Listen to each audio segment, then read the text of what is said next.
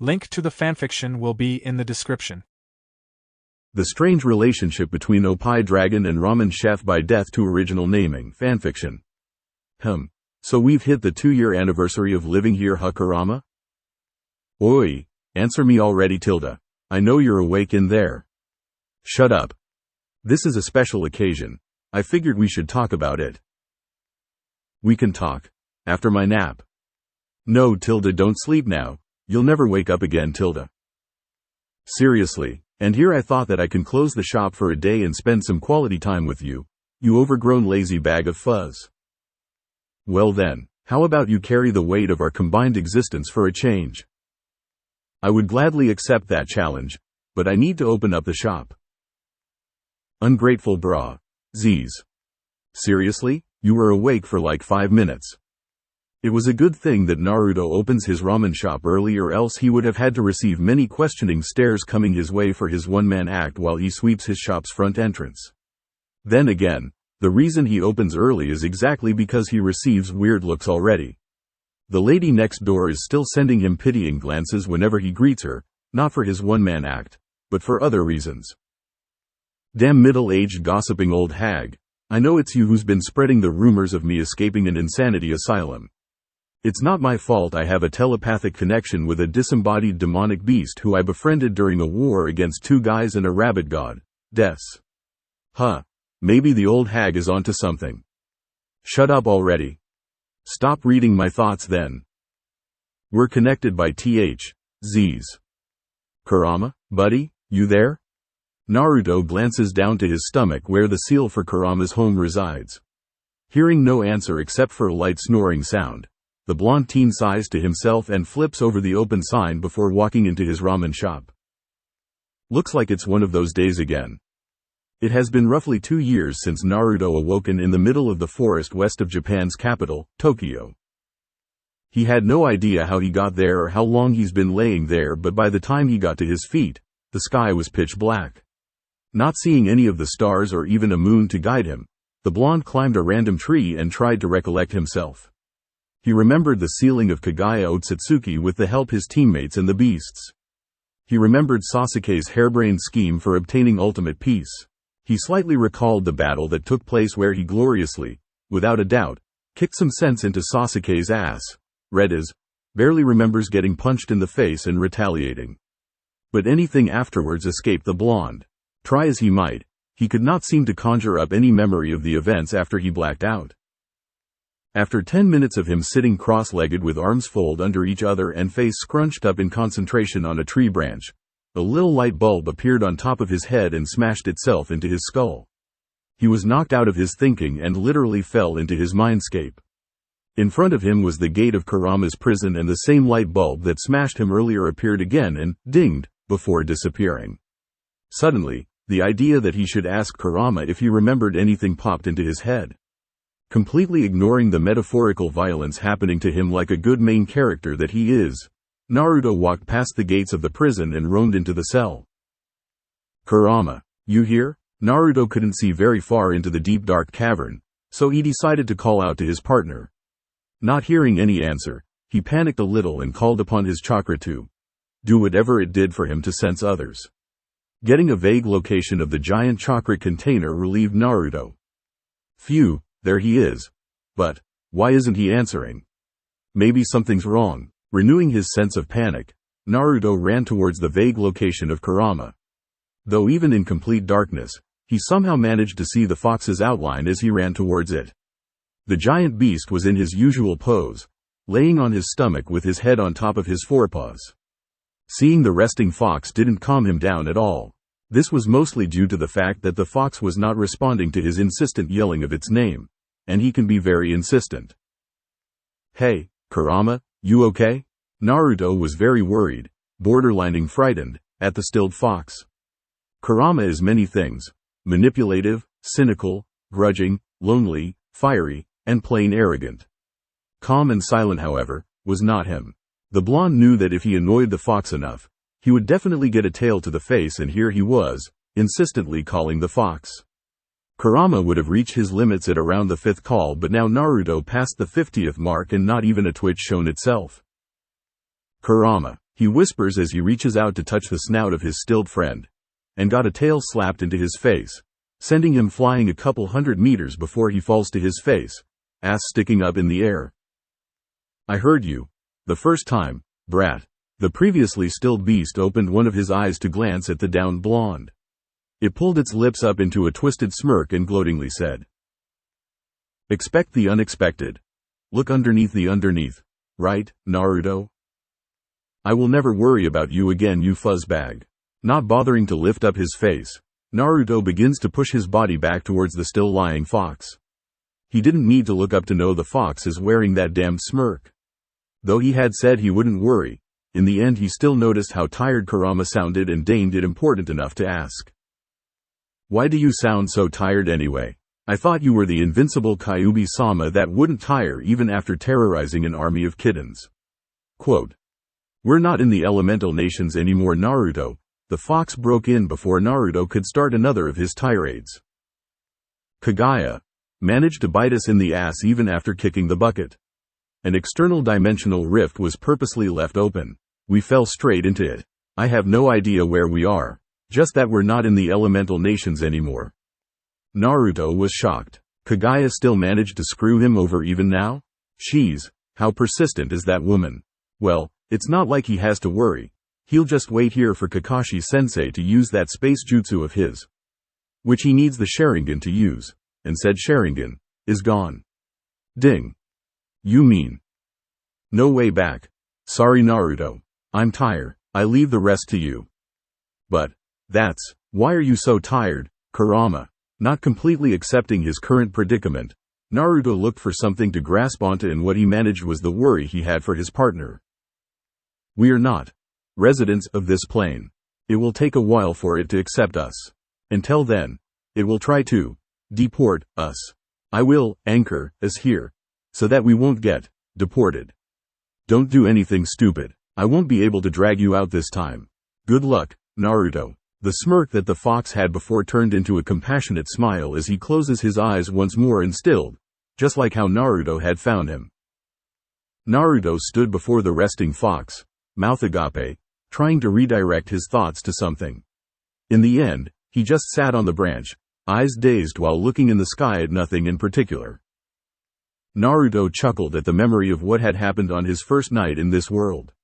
Looking back at it, he felt that he could have done better than sitting on a branch for 10 hours straight before getting hungry and stumbling into civilization. Wow, I was so lost back then. Stopping a robber to ask him for some help, having the cops catch up to said robber, fighting off said cops to help said robber, getting arrested by said cops for helping said robber, and finally having to wake Kurama up to help bail him out of said arrest by said cops for helping said robber was the first line of events that happened an hour within him fumbling his way into town. On the plus side, he found out that, apparently, Kurama knows how to use genjutsu. Coming from the giant fox who thinks a bijudama is the answer to everything, that was honestly unexpected. I could have handled it better. Naruto suddenly remembers a scene of him punching a cop in the face for holding down the robber. Could have totally done way better. Another scene of Naruto being tackled down by a group of policemen flashes in his mind. A scene of Naruto being led to a police car in handcuffs with a jacket covering his head slowly plays out from the depths of his memories. He clearly remembers a pair of mother and child who stood in the backgrounds. The mother was covering the child's eyes as he pointed towards the arrested Naruto.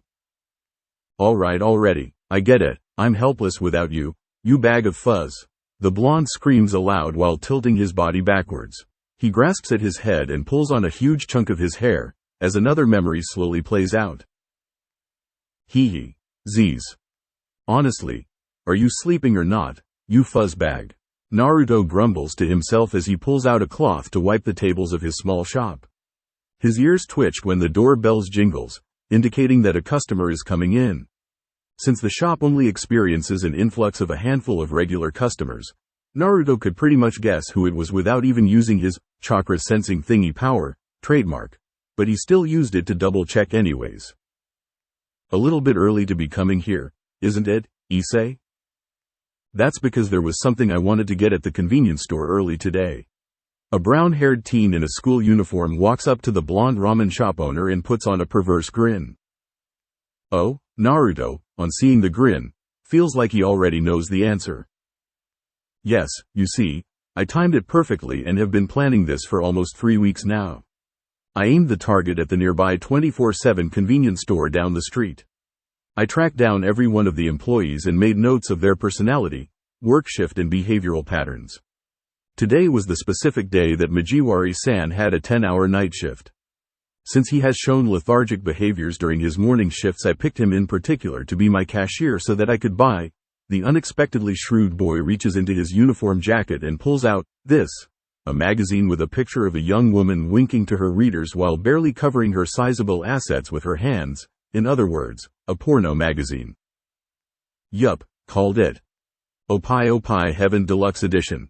I've been gunning this down ever since it first appeared in that convenience store. After so long, I finally get to hold it and call it mine. The teen begins cradling the magazine like it was his own child while shedding tears of joy. Hey, if only that old hag next door could see this. So you spent 3 weeks getting this? The teen in uniform nods. Couldn't you have just asked me to buy it for you? But then it wouldn't be considered my child anymore. What about that magazine I bought for you last week? So anyways, part of the plan involved buying the porn in a stack of other objects to pull off attention to the porn itself. Here I bought this one for you. The uniformed teen, seeing that he was on a losing battle, straightens his back and puts the magazine away only to pull out a game package that he hands to Naruto. The blonde wordlessly takes the game package and looks down at the cover. It shows a picture of a girl, surrounded by 5 boys, with flowers in the background. Its title reads, Otone Game, School Love Fest. Capture all the boys. Naruto proceeds to look back up at Issei with a stoic expression as if to silently say, the hell man? Yes, that's exactly the look the cashier gave me. He completely ignored everything else I bought afterwards. I said I was buying it for a friend and well, here you go. Issei grins and gives Naruto the good guy pose, completed with a thumbs up and shining teeth. A cartoonish red vein pops out of Naruto's forehead as he throws the game back towards the teen. The first time Naruto met Hyodo Issei was when the boy walked into his shop a week after its opening with a rubber ducky comically riding on the glowing red bump in his hair. The teen proceeded to drag himself towards one of the empty tables. Nearly the whole shop was empty with 1 or 2 stragglers hanging out in the shop, watching the television and passing time with a cup of coffee. Ordering a medium pork ramen, the brunette proceeded to slouch on the table, face meeting wood. The brunette stayed like that for another 2 or 3 hours, only getting up to eat the ramen that Naruto brought, with Naruto sitting at the same table changing the channels on his television to find something fun to watch. Stopping the switch at a comedy channel, the blonde slouched into his chair as well and accompanied the brunette in silence. After a while, the boy turned his head towards the ramen chef and asked with a sullen face. Hey, if a man were to see a hole in a bathhouse wall that leads towards the women's side, it would be his duty to peep at it, right? Eccentric people is what makes the world go around.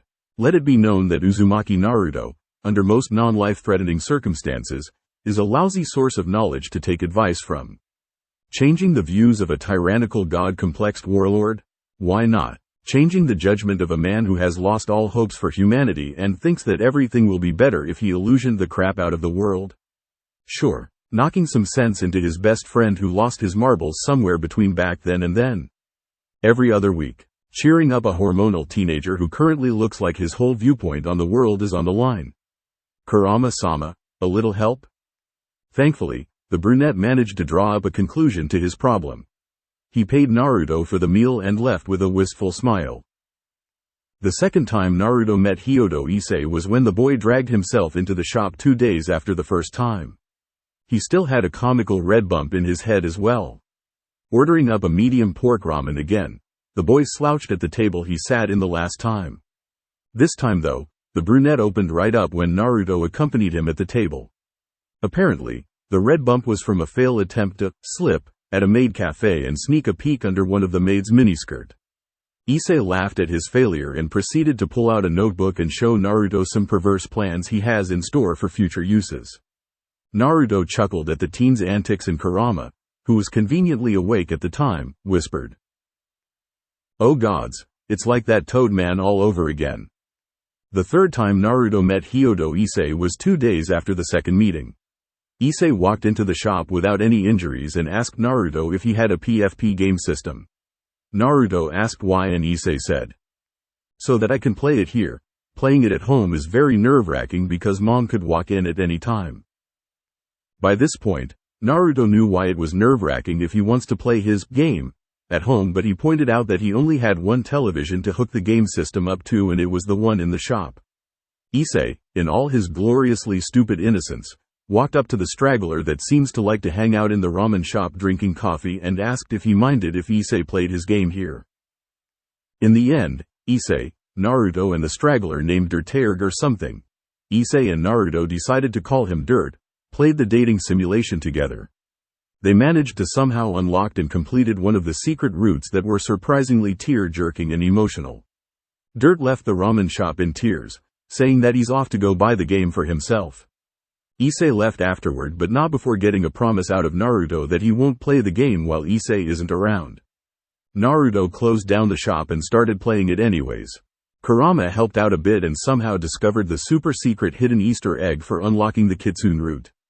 They pulled an all-nighter finishing that route. It was very touching. Kurama, the previous embodiment of fear and evil, teared up a little. Issei ended up being a regular to Naruto's ramen shack after coming at an average of 3 or 4 times a week. He always orders a medium pork ramen and asks a random goofy request. Naruto, for reasons he doesn't really understand, complied with most of those requests. Whether it was giving advice on perverse plans to buying a specific game or magazine, Naruto never could have said no to his perverted friend. So what game is it this time? A patron walks into the empty ramen shops with a cup of coffee in hand. He sees the owner setting up a gaming console in the middle of the shop and asks this while he takes a sip of his coffee. "Hey, Dirt, we're planning on playing an Odon game that I brought for Naruto." Poking his head out from behind the kitchen's door, Issei greets the man. "Oh Issei, don't just make your own ramen like that, it's my shop.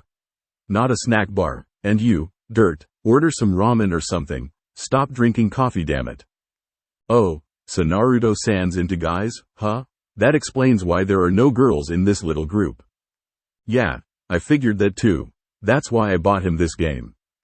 "Oi." Naruto takes the game disc out of the box cover and tosses the cover at Issei. "Oh, Naruto's done setting up.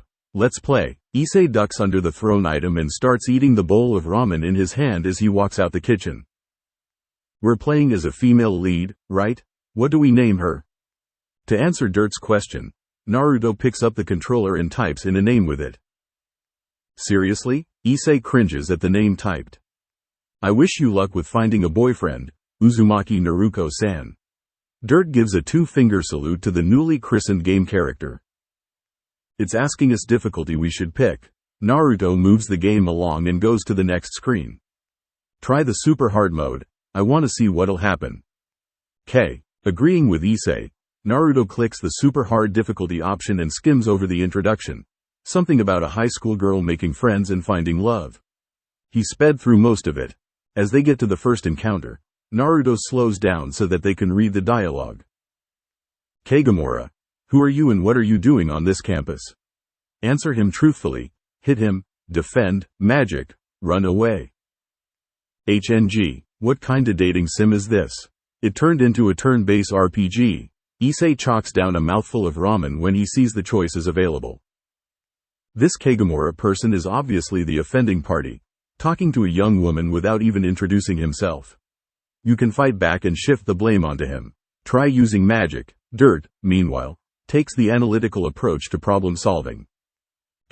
Naruto clicks the magic option and a list shows up.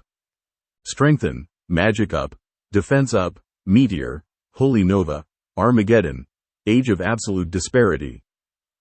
A versatile moveset. Issei-kun, what do you think we should pick? Dirt nods in understanding and asks Issei for an opinion. None of the above. We're trying to get a boyfriend, not a corpse. This Kagemura person might like strong girls.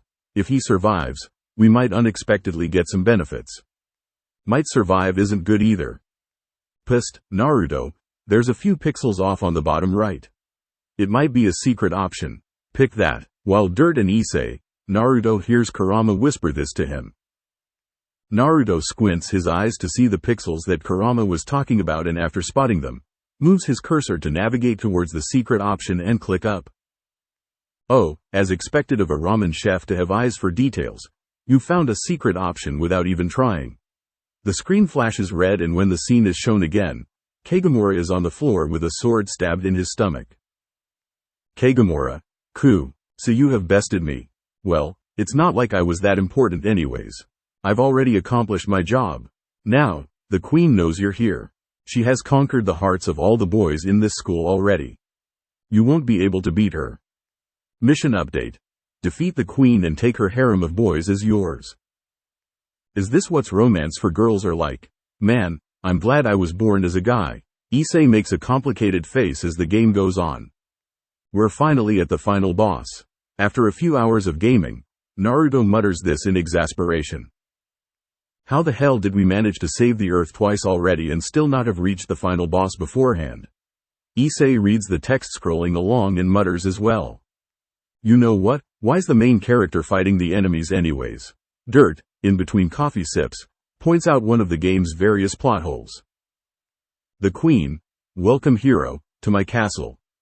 Wow, they completely forgot about the romance altogether, didn't they? Pretty sure that's a line straight from Dragon Guest. Naruto rolls his eyes at Issei's comment and was about to click the continue button when Kurama cuts in. Naruto, my gamer senses are tingling. There is a secret route incoming. The queen, but before we fight, what flavor of ice cream do you like? A long list of options pops up on the screen. I'm getting a feeling that the main character is into coffee flavor ice cream. Dirt inputs his opinion as he takes a sip the coffee cup, which dubiously sounds like it's still full. You're in a ramen shop. Obviously it's ramen flavored ice cream. Naruto rebukes Dirt's comment and makes his own choice. He continues to scroll through the options to find his choice. Do they even make that? Issei asks this with a bit of confusion. It's something I've been working on. Naruto pauses in his quest to find the option of ramen ice cream to say this. He points at a tub of orange ice cream in Dirt's hand. It's that one. Though not as flavorful as coffee ice cream, this is still surprisingly good. The middle-aged man takes bite out of the blank ice cream box. Wait a minute, when do you get that? Issei looks down from the box of ice cream up to Dirt. You didn't go into the kitchen, right? It was on the table the whole time. Didn't you get it when you made your ramen? Dirt blinks and looks owlishly back at Issei. No, I didn't even know that was a thing. Naruto? Issei turns his gaze to Naruto. I've been playing the whole time. Naruto waves the controller in his hand as he returns looks back at Dirt and Issei. The queen. Oh, that was me. I got hungry while waiting for the hero to arrive, so I sneaked a bite. I apologize for not saying so beforehand, but I felt like that would have broken your immersion. It was quite flavorful, Chef-san. I have added it as a flavor in the options down at the bottom of the list. Naruto, Issei, and Dirt stare at the television. The queen. Oh, shoot. Did I break the immersion? Sorry. Let me get back to the story. Ahem. So, hero, answer the question or die. What will it be? I heard that too much gaming is bad for your head. Let's go for a walk instead. I agree. I also need to get a fresh pot of coffee. There's a new cafe down the street. I heard they had a really good parfait special and red bean soup. I also need to scope out their lunch competition. Oh, you mean the one with the cute waiters? Let's go. Guess I'll tag along. I wonder what their coffee is like.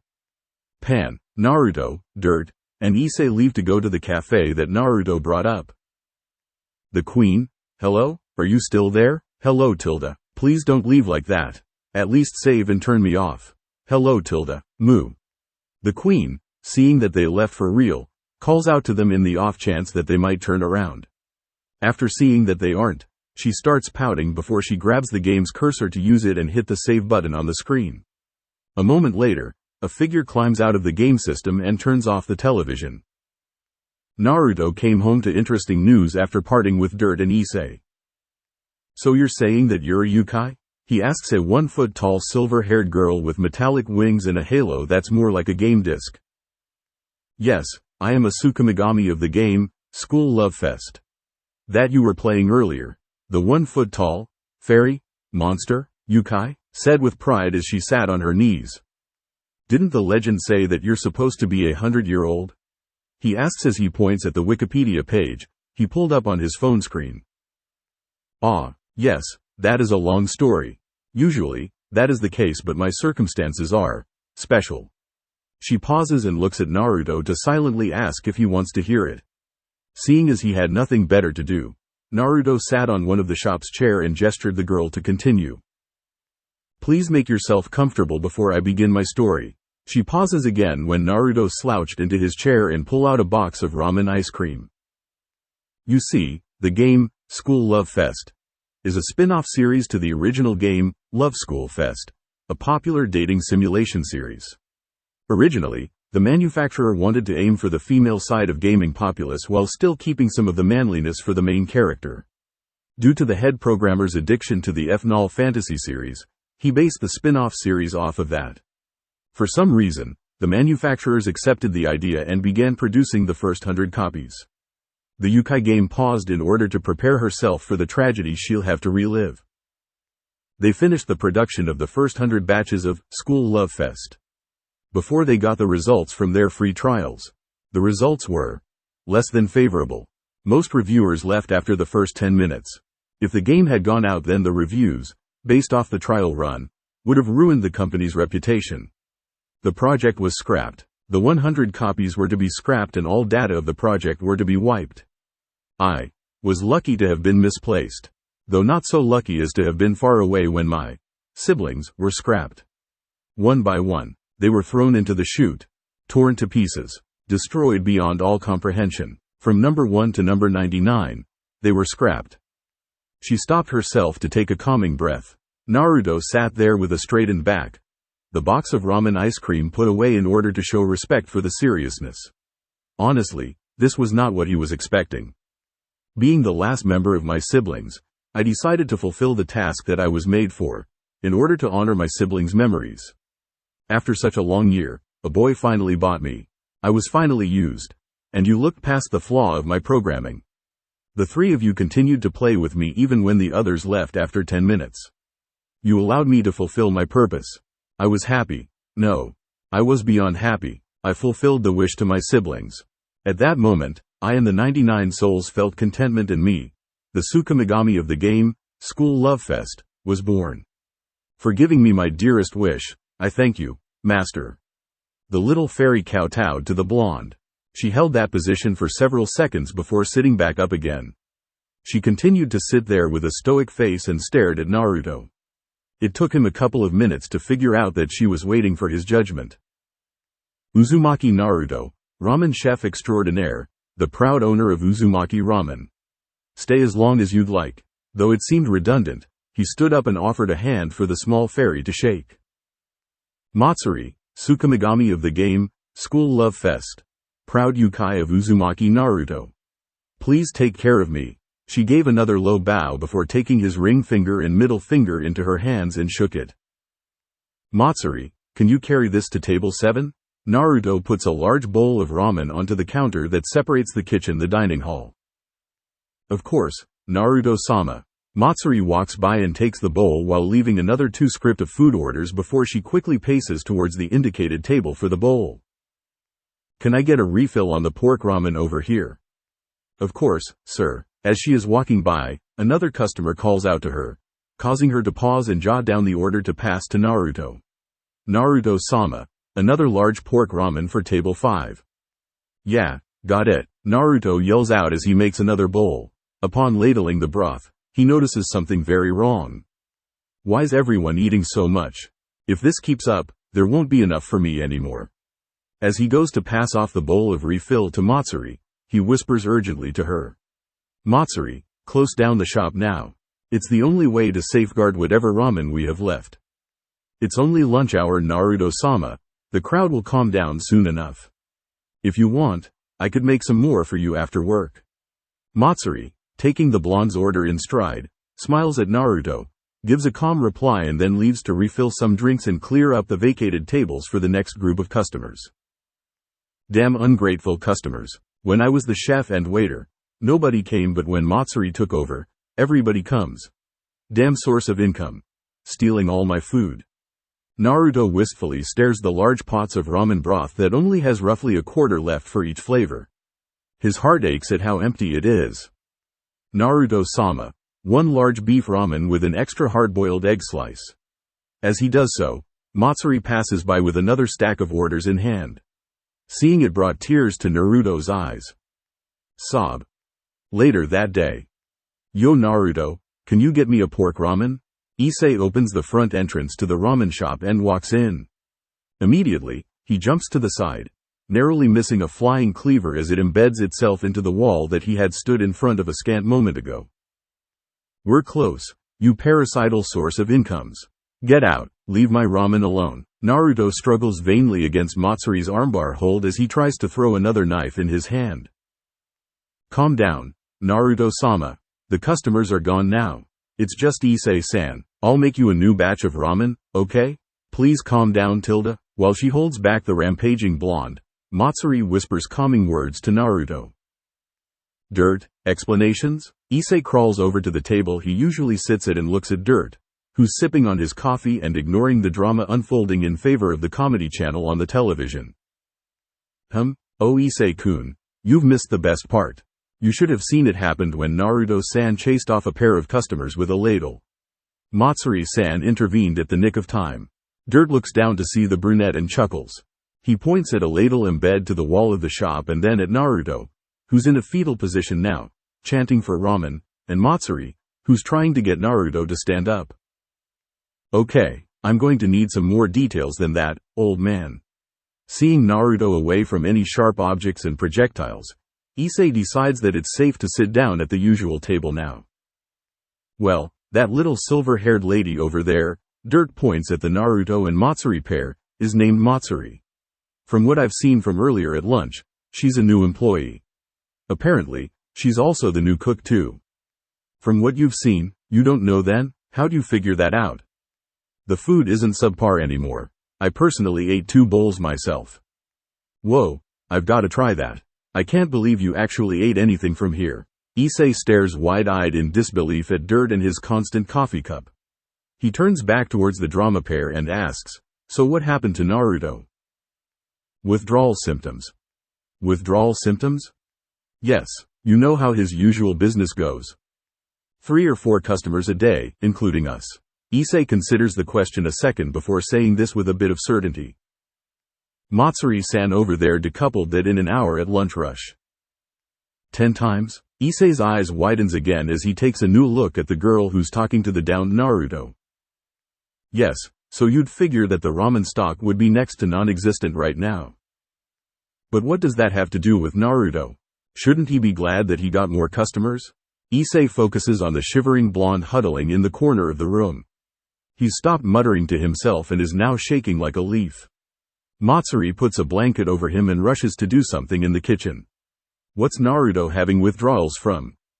Issei-kun, do you know what Naruto-san normally does with his leftover stocks? No, Issei looks at Dirt questionably. Well, whenever I come by, he usually has quite a bit of stock left, so doesn't he throw it out at the end of the day? No, he usually eats it all. I'd know, I was invited to dinner once. But that's like 6 pot full of ramen broth. Issei did some quick calculations in his head and got a shocking answer. He eats 60 large bowls of ramen a day. You can see why he's suffering from the withdrawal symptoms now. Dirt stands up and walks towards the kitchen. Come on, we should help Matsuri-san cook Naruto-san some ramen. Silently follows the middle-aged man to the kitchen where he catches glimpses of Matsuri busying herself making a bowl of ramen to ebb Naruto over. He takes one last glance in the blonde's direction and sees him taking solace in a corner of the room. Naruto's chanting for ramen again, which was good. Worryingly, that was all that Issei could hear for the next hour that it took to cook the noodle broth to edibleness. Naruto tilde, I'm bored tilde. Issei bemoans himself as he lazily slouches onto the table. Matsuri passes by and gives him a cup of tea. He nodded his thanks before looking back at Naruto. During the past weeks, he and Dirt got to know the waitress, chef, Naruto's caretaker better. The girl seems to live with Naruto in the second story of the ramen shop and for whatever reason, seems to positively worship the blonde in all his uselessness. Normally he would be extremely jealous to see a cute girl dedicate herself to a guy like this, but for some reason, he's not. Matsuri is just so much like a bro that he can't seem to squeeze out even an ounce of jealousy against Naruto. It's not that she's masculine or anything, in fact, he would say that she has a terrific body and dresses very cutely to fit in with her figure. A woolen sweater over a white t-shirt that emphasizes her upper body with black yoga pants hugging her legs that are cut off by a pair of knee-high boots. It's just, he can't seem to find any interest. It's just like looking at Naruto or dirt, nothing. It wasn't just him. Even Matsuda and Motohama couldn't find anything with the perfect hot female type that is Matsuri. Therefore, in all his brilliance, Issei came up with only one possible answer. Matsuri is just a bro. That is the only possible explanation. Whether this implies that Matsuri is secretly a dude or that she's just really cool with guys is up for debate. Issei is not complaining about not knowing, so is Dirt. Anyways, back to the current problem. Issei, I never really bothered to ask, but don't you have homework or something? You come here practically every day and yet I never see you doing any schoolwork. Naruto paused his dating sim to approach Issei about his studies. Now that Naruto-san mentions it, Issei-kun, how is your schoolwork? Dirt seems to also be taking an interest since Naruto stopped playing his game. I do so and so, I guess. Suddenly, Issei kind of wishes that Naruto would get back to his gaming. Shouldn't he be working right now?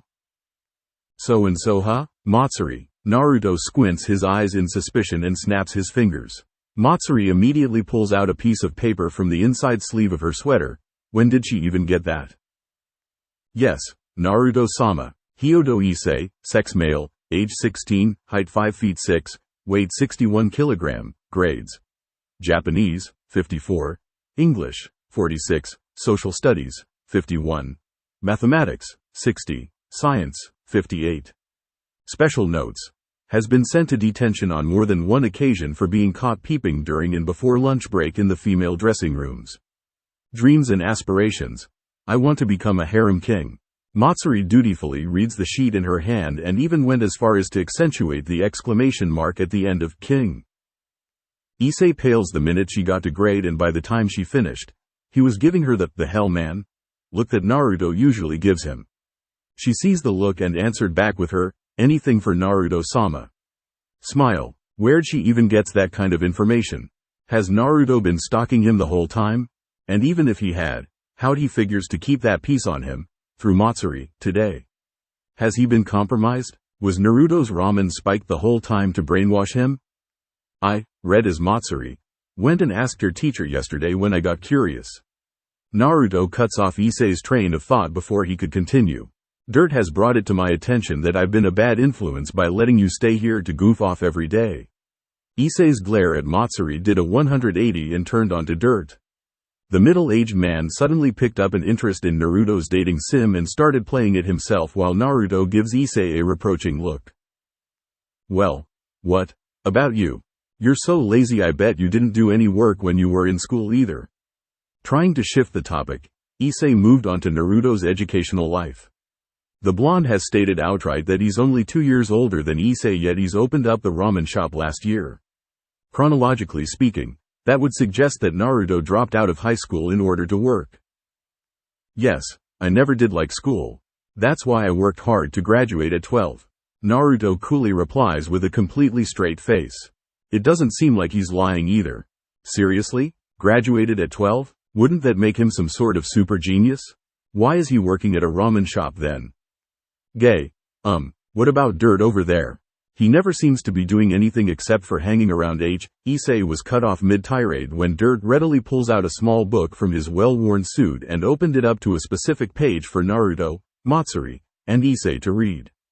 There were some numbers and words that Issei couldn't make sense of, but Naruto seemed to understand as he looks at Dirt in disbelief. You make 100 million yen a month? Buy some ramen with some of that money then, you cheapo. What? Dirt makes what? Seriously? Is this some joke? Yes, this is definitely an authentic balance book from the Saitama Resina Bank that seems to be well used. Naruto-sama uses the same bank, so I would know its legitimacy. This does indeed prove that Dirt-san makes quite a sum. Matsuri confirms Naruto's outburst after leaning forward and analyzing the book. Damn dirt and his cocky smile. How Issei wishes he could wipe it off. Well then, there you go Issei-kun. Good luck with your education tilde. Seriously dirt, damn you. If you need any help, ask Matsuri. I expect you to finish all your schoolwork today or you're not going home. Damn lazy genius blonde ex-ramen chef, get back to your porn game. Try your best, Issei-kun. Whoa tilde Matsuri tilde, she's such a bro tilde, why can't he feel anything for her, damn it. Issei ended up having a sleepover in Naruto's house due to the fact that he was very behind on his schoolwork.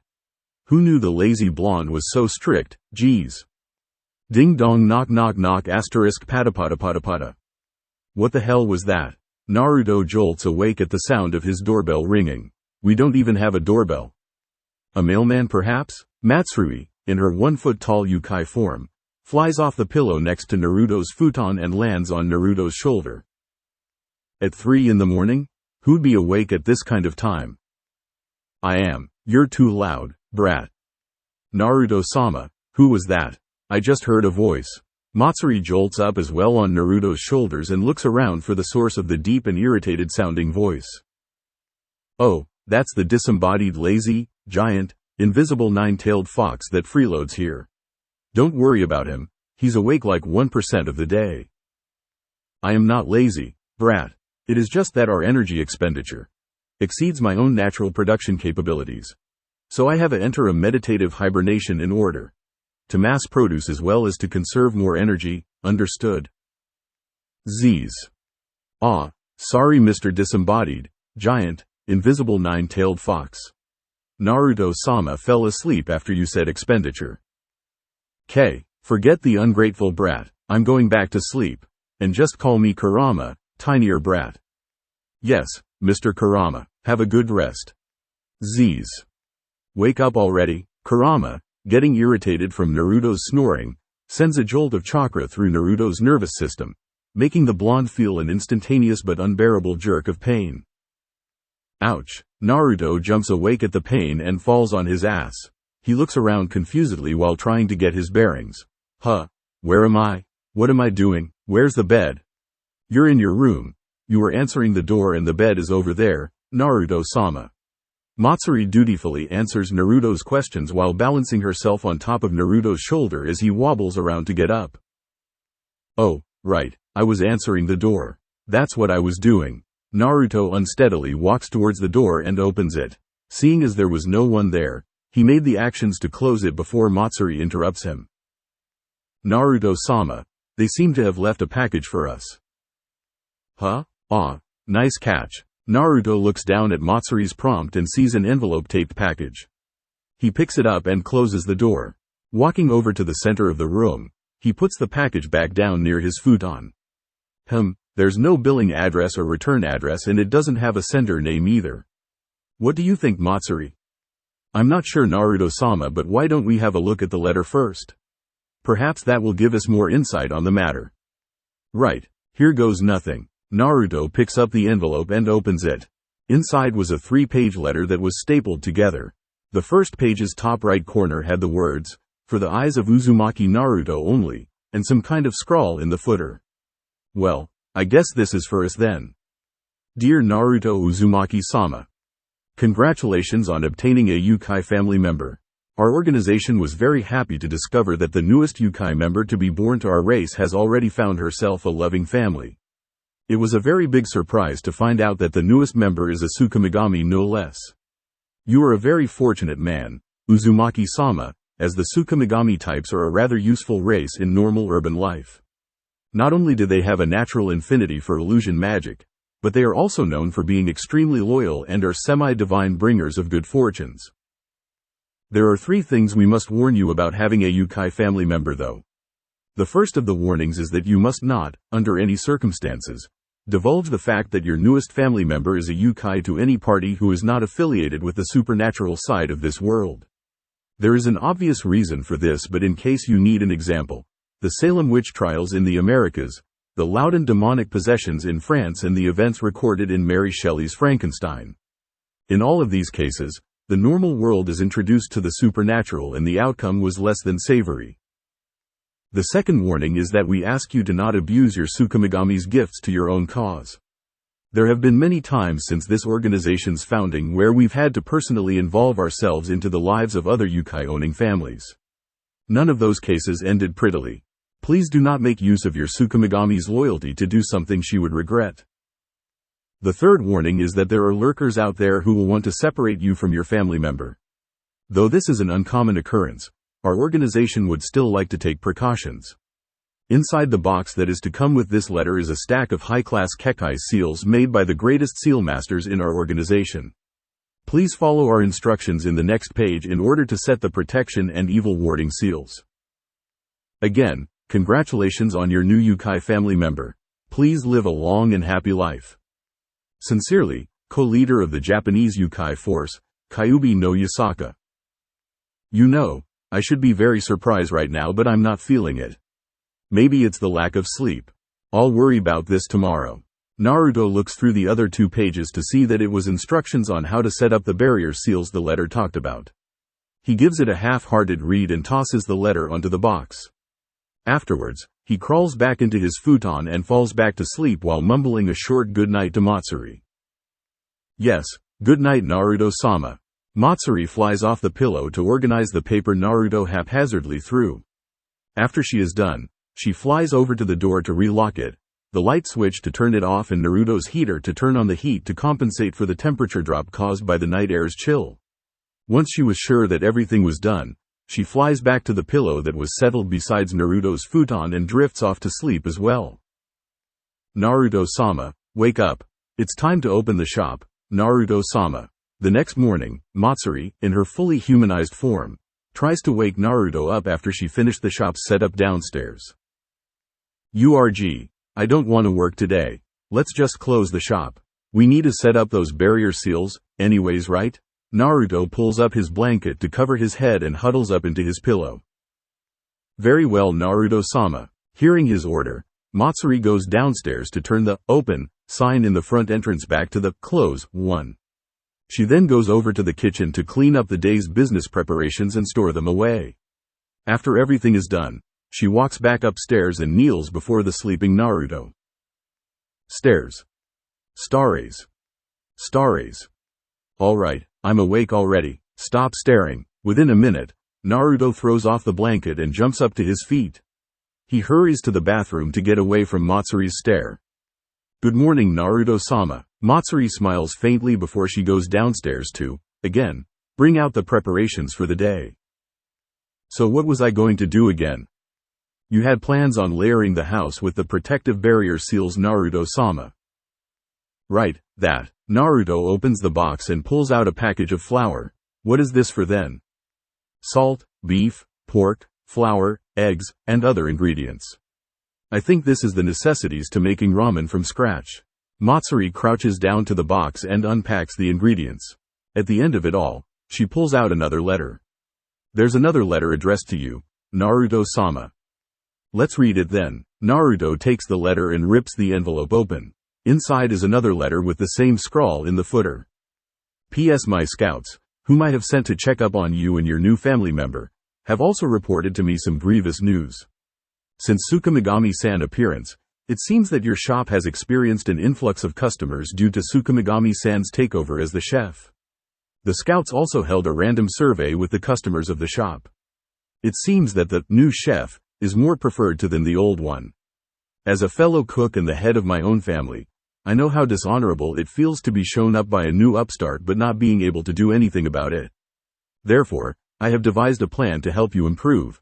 Within this letter is the super secret Kyuubi ramen recipe that has been in my family for countless generations. I trust that you will use it well. Good luck, Uzumaki Naruto. Sincerely, co-leader of the Japanese yukai force, Kyuubi no Yasaka. PPS I don't think you sucked ass, as my scouts have reported from their surveys. I will give them a scolding for having such a bias against your honorable personage.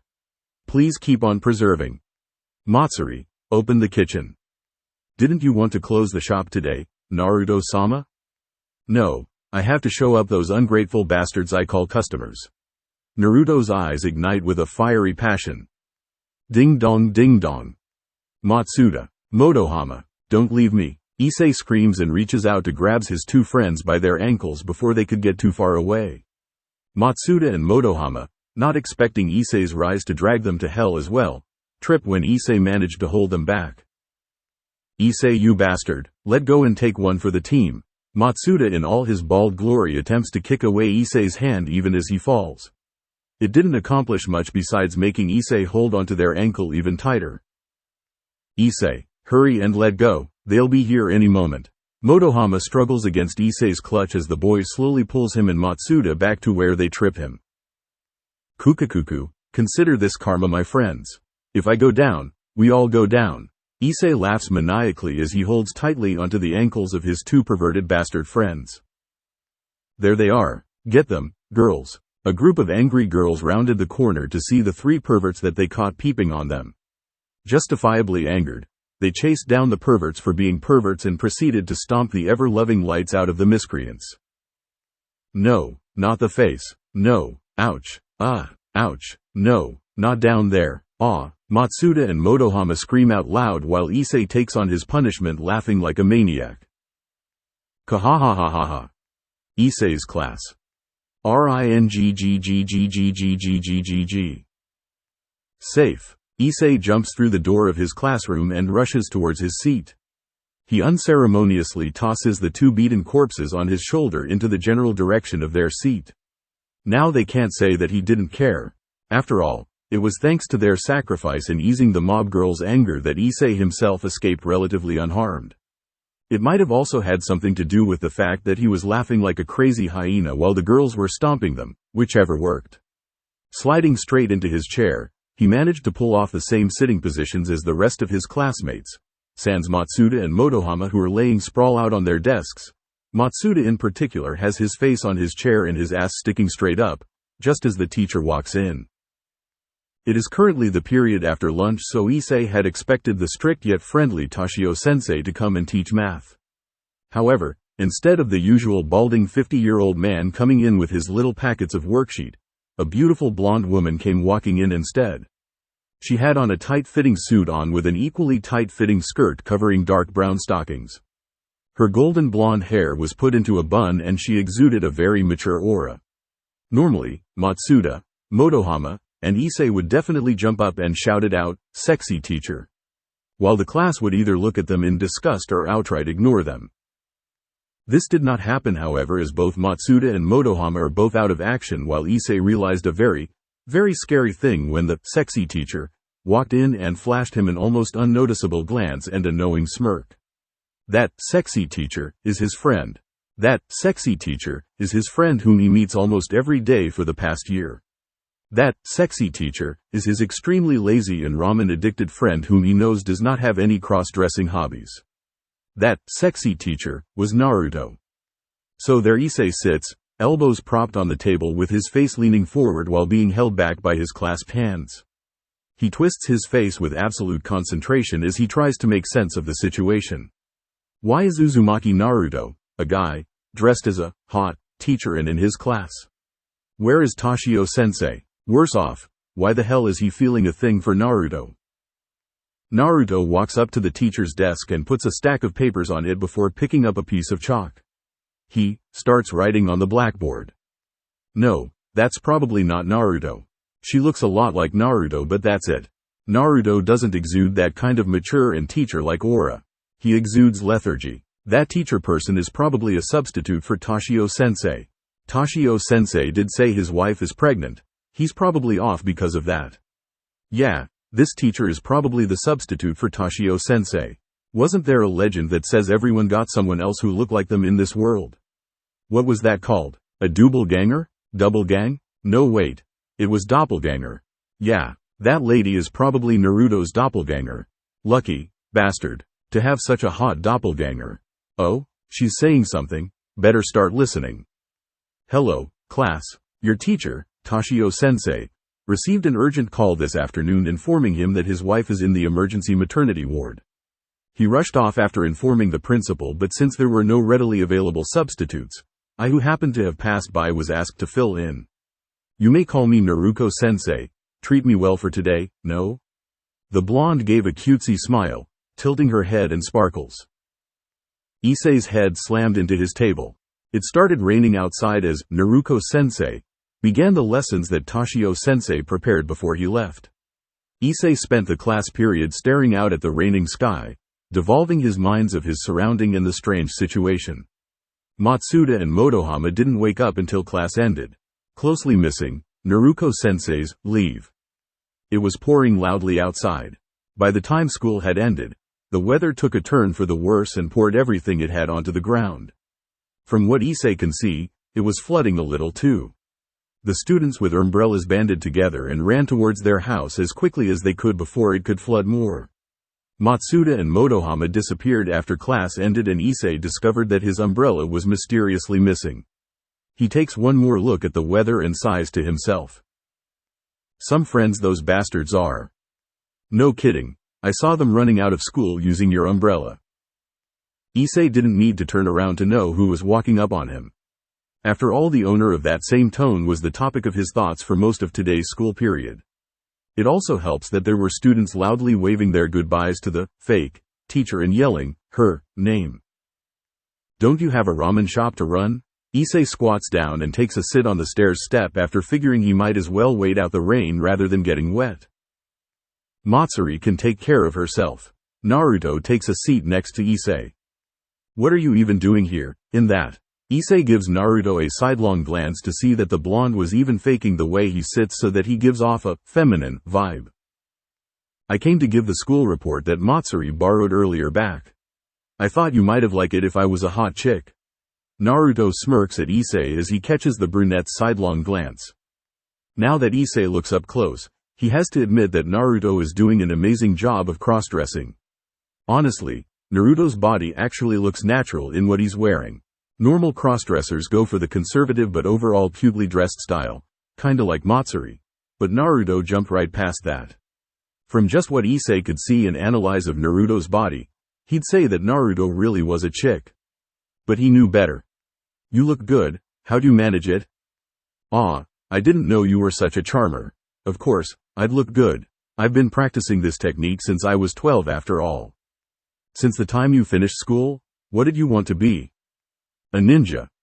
You have a strange preconception of ninjas if cross-dressing is part of your job description. Maybe it's the world that has the strange preconception of what ninjas are. Issei decides that he wasn't feeling like immersing himself in Naruto's strangeness, so he lets the conversation hang off. They both stare at the rain in silence for a minute. Naruto begins turning his head to look around. It's not like there's anything to see, just lockers and stragglers who didn't bring their umbrellas. So you want to show this beautiful teacher around? If you'd look to your back, you'd see our school's proud shoe locker area. It is separated by names and years. First year is towards the right and third year is towards the left. Since it's raining, we'll end our tour here. Thank you and please come again. What a wonderful culture this school has. Issei ignores Naruto's deadpan and kept looking at the rain. Usually, at this time, they'd both be at the ramen shop with Dirt and Matsuri. Naruto would be playing some old dating sim that Issei brought a few weeks ago and Dirt would be sitting right next to him, giving bad advice and sipping coffee. Issei would probably be chowing down on a bowl of ramen while looking at his homework. Matsuri would be sweeping the shop, wiping the tables, or helping Issei, maybe occasionally bringing Naruto a cup of tea. That kind of lazy atmosphere is now so embedded into Issei that he honestly couldn't bring any energy towards the strangely dressed Naruto at this time frame. Naruto's probably feeling the same as they sat in silence. So how'd it feel being back in school again? Issei talks aloud this time to bring up a mundane conversation. As boring as it was the first time around, it's different from the place I went to but the atmosphere's around the same. School doesn't change? Issei perks his head up. It doesn't. Naruto nods his head down. I see. Yup. The rain continued to pour. Some time passed before either of the two moves again. Naruto stands up and pats the dust off of his skirt before turning towards Issei and saying, "Well, this has been fun and all, but we should head to the shop." Naruto proceeds to pull out the folded umbrella from his skirt pocket and click it open. As strange as it is that the thing somehow came from a form-fitting pencil skirt, He found it even stranger that the umbrella is big enough to fit 2 people. The blonde walks down the steps and stops just before entering the rain. He once more turns around to look up at Issei and asks, "You are coming?" Issei didn't say anything as he walks under the umbrella Naruto held. Honestly, he's got nothing to respond to the blonde's strangeness. All he could say was that it was Naruto being Naruto. There was really no point in Issei trying to figure out his friend's strange train of thought. As they pass the school gates, Issei sees Matsuda and Motohama returning with their own umbrella while Motohama holds Issei's stolen umbrella in his other hand. If he had to venture guessing, he'd probably bet that the two felt bad for ditching Issei and returned to help him out. The two seem to notice Issei as well. Under the umbrella of Naruto, who's smiling extra cutely while making small talk with Issei. They pass each other without acknowledging the other's existence. Issei because he doesn't actually have a response, and Matsuda and Motohama because they're too shocked that Issei's sharing an umbrella with the rumored, sexy teacher. Once they were far enough, Naruto returns to being the lazy man that he is, and Issei catches on. "That was a horrible prank. Your friends were lousier than I anticipated. They took way longer than I thought to return. You owe me a free medium pork ramen. Take that up with Matsuri. Now hurry up, I want to finish that other route I started on yesterday." The two quickly walk to the ramen shop in silence, with the rain accompanying them. The ball U, twisting every joint in his body to aim as much force as the human body can produce towards one direction. Naruto transfers the stored energy towards his arms, then his wrist, then his hands, and then, finally, his fingers. The force of all the bones in a human's body was saved into one object and then thrown at breakneck speed, combined with perfect timing and execution. This was one of Naruto's special baseball throwing technique, dat ball yo. The white and red flash. Whoosh. It was perfectly executed. Naruto grins at himself as he watches the ball seemingly disappear from his hands, make a swishing sound, then impacted Issei, who was the catcher, and threw the boy a good meter backward. The kid didn't even know what had hit him. Even Dirt, who was the batter, widened his eyes in surprise by the ball's speed. Standing up straight while cracking his neck to add effects, he held out another baseball towards Dirt's and Issei's direction. He smirked at the pair of surprised faces, well, mostly Dirt's surprise face. Issei's still eating dirt from the last dat ball yo, and coolly says, "Ready to lose, dear customers?" Dirt collects himself and squints his eye at Naruto. He returns Naruto's smirk with his own predatory grin while stating, "Bring it, crappy chef." Issei, who's still down, groaned in agony as he felt his left hand twist at an odd angle. Earlier. Okay, add the powder just as it turns to 384 degrees and begins quickly stirring. Afterward, throw in the sensing sung and let it boil for approximately 0.02 milliseconds, and add the deep-fried boiled Hellion lizard newt. Naruto mumbles to himself as he slaves over his witch's cauldron. He has locked himself into the shop's kitchen for more than 8 hours now and has forbidden anyone, including Matsuri, from coming in. Soon I will defeat Matsuri and reclaim my rightful place. Kukakukuku, he chuckles to himself as he added more ingredients to his concoction. Matsuri felt another prickle of worry as she hears the latest bouts of giggles coming from her master. The silver-haired girl paces back and forth in front of the kitchen door as she intently tries to pick up any noise that implies that her master is in trouble. If she senses even the slightest hint of trouble, she intends to charge in and savage the blonde immediately. So far, the only thing she has heard was the sound of a crackling fire and an occasional burst of maniacal laughter coming from her charge. "Matsuri, just calm down. You don't have to worry about him, he's just doing his usual thing."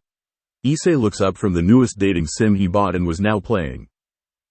But that's exactly the problem, Issei-kun. Naruto-san is too active in doing his usual thing. Dirt sips his coffee while reading his newspaper. According to Matsuri-san, he's been cooped up in that kitchen for 8 hours straight. 8 hours? That's the longest I've ever seen him concentrate on anything, ever. Turns his dumbfounded gaze back towards the still pacing Matsuri. "Hey, Matsuri, what the heck is he working on in there?"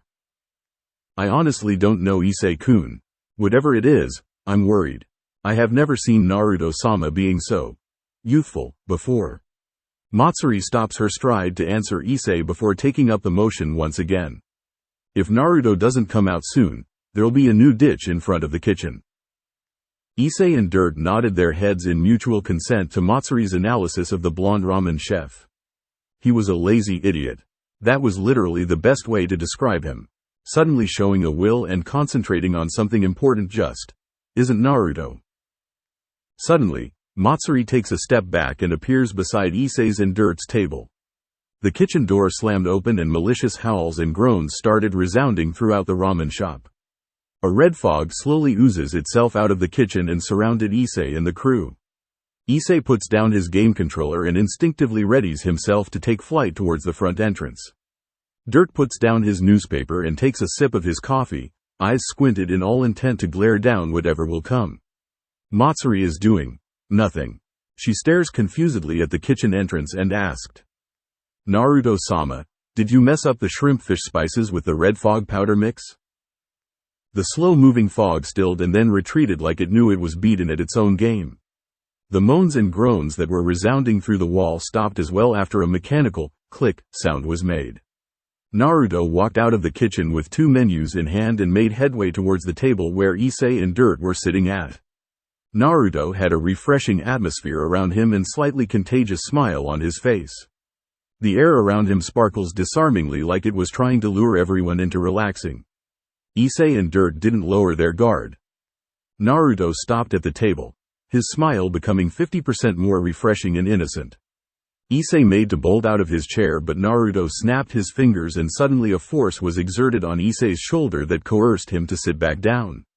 He turned in his chair and saw that Matsuri was holding him down by the shoulder while giving him her anything for Naruto-sama.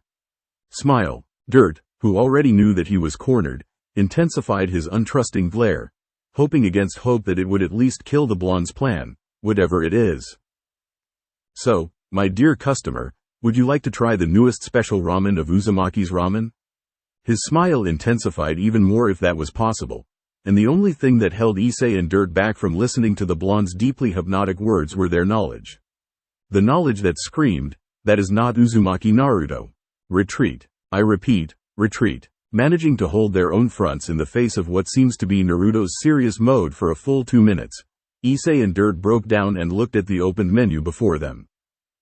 The menu page was blank with only one item fitted in the very center. In fancy golden embroidered lettering were the words, "Uzumaki Ramen, Kitsune Special." For some unexplained reasoning, Issei's and Dirt's spine tingled as the danger seemed to increase exponentially after reading it. Naruto leaned forward and clasped both their shoulders. "Well, how about it you two?" The torrent of sparkles he unleashed upon them was physically painful. Issei could do nothing but tremble in fear while Dirt, "Bless that man's brave soul," said, "Ah, Naruto-san, I would love to but unfortunately I'm not too hungry right now." "Is that so? Well, that's fine. How about you, Issei? Damn you, Dirt, damn you for ditching Naruto onto me." I'm not hungry," was all Issei managed to squeak out in the face of serious Uzumaki Naruto. "Is that so? Then why don't we play a game to boost your appetite?" His charming smile turned into a malevolent smirk as he redirects the sparkles back at both his customers. How the heck did he learn sparkle bending? "If you win, I'll treat you to Matsuri's special ramen for lunch.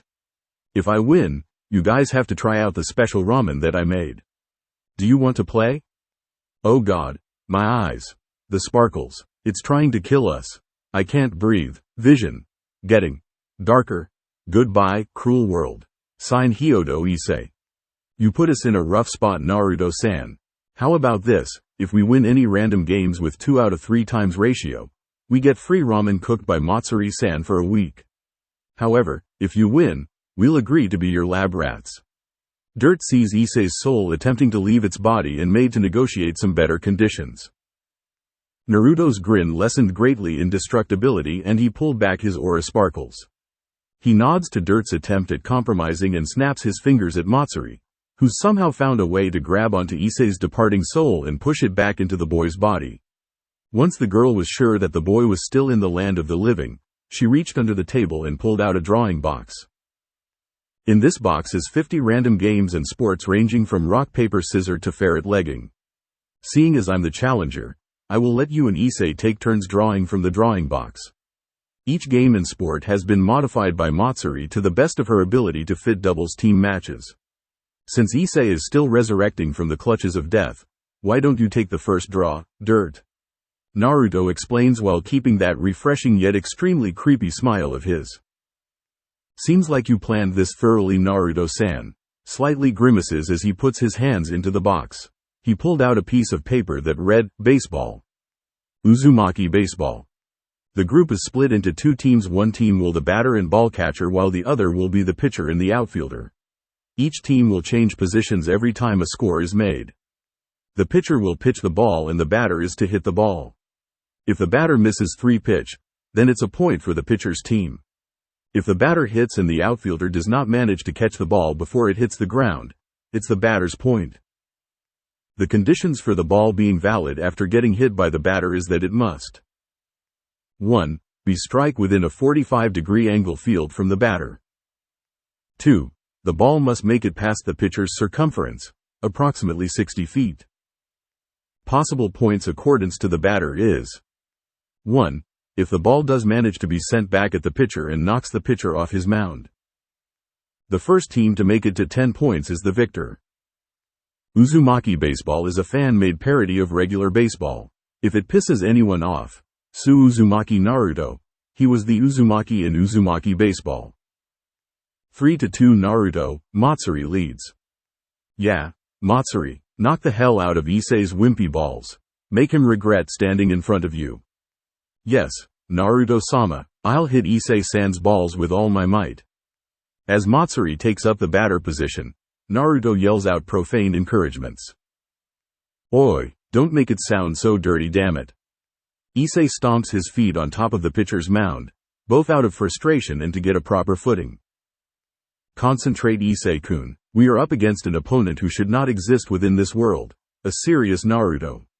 He will do anything to make us lose so that he can have his way with our body. Standing a distance away, with a catcher's mitt in hand, Dirt warns Issei of Naruto's trap.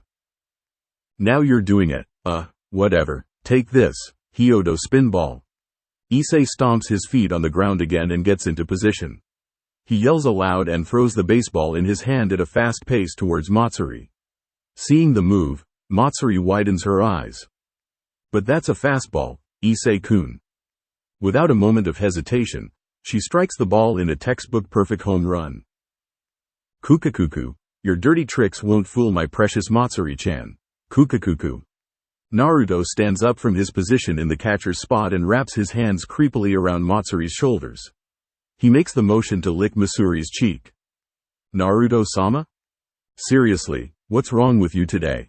Give back the old Naruto. Once again, Issei stomps the ground from the numerous emotions he's feeling. TOH. Meanwhile, Dirt runs energetically towards the end of the ball's parabola and dramatically jumps. His posture would have made even pro baseball players jealous. Catching the ball and effectively killing his running jump's momentum with a few rolls, he stands up from a cloud of dust. He nods proudly to himself and looks back at the bickering fools who are ignoring him. After a moment of decision-making, he chucks the baseball at the nearest fool, Issei. 5-4 Issei, Dirt leads. Che, it looks like Dirt has gotten used to my dab ball yo. The white and red flash. I must use the next of my Super Baseball Throw series, Matsuri towards the left. Yes, Naruto-sama.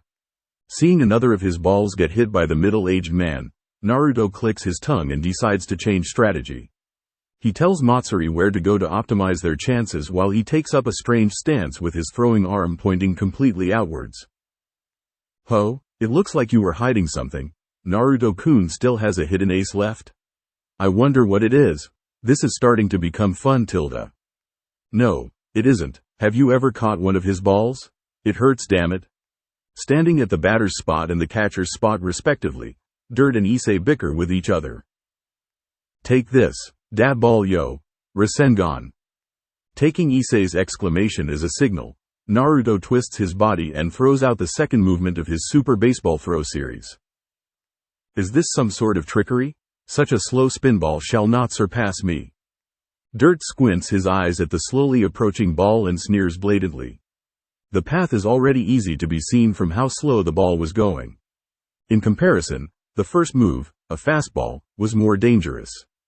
He roars mightily and swings his bat to strike the ball with all his strength into the right side of Naruto. From the pitcher's mound, Naruto grins and whispers chillingly to himself. Boom. Dirt's eyes widen in alarm as the baseball bat in his hand starts bending at an odd angle while he strikes it against the ball. He tries holding it still and pushing it back against the ball's pressurized spinning motion, but the bat couldn't take it. After a moment of struggle, the bat gives in and explodes. The ball flies off towards where Matsuri had settled herself, due to Naruto's earlier recommendation.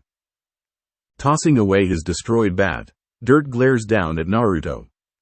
In return, the blonde smirks at wide vulpine grin at Dirt. Garg, it's in my eyes. There are splinters in my eyes. Meanwhile, Issei rolls around on the ground in pain.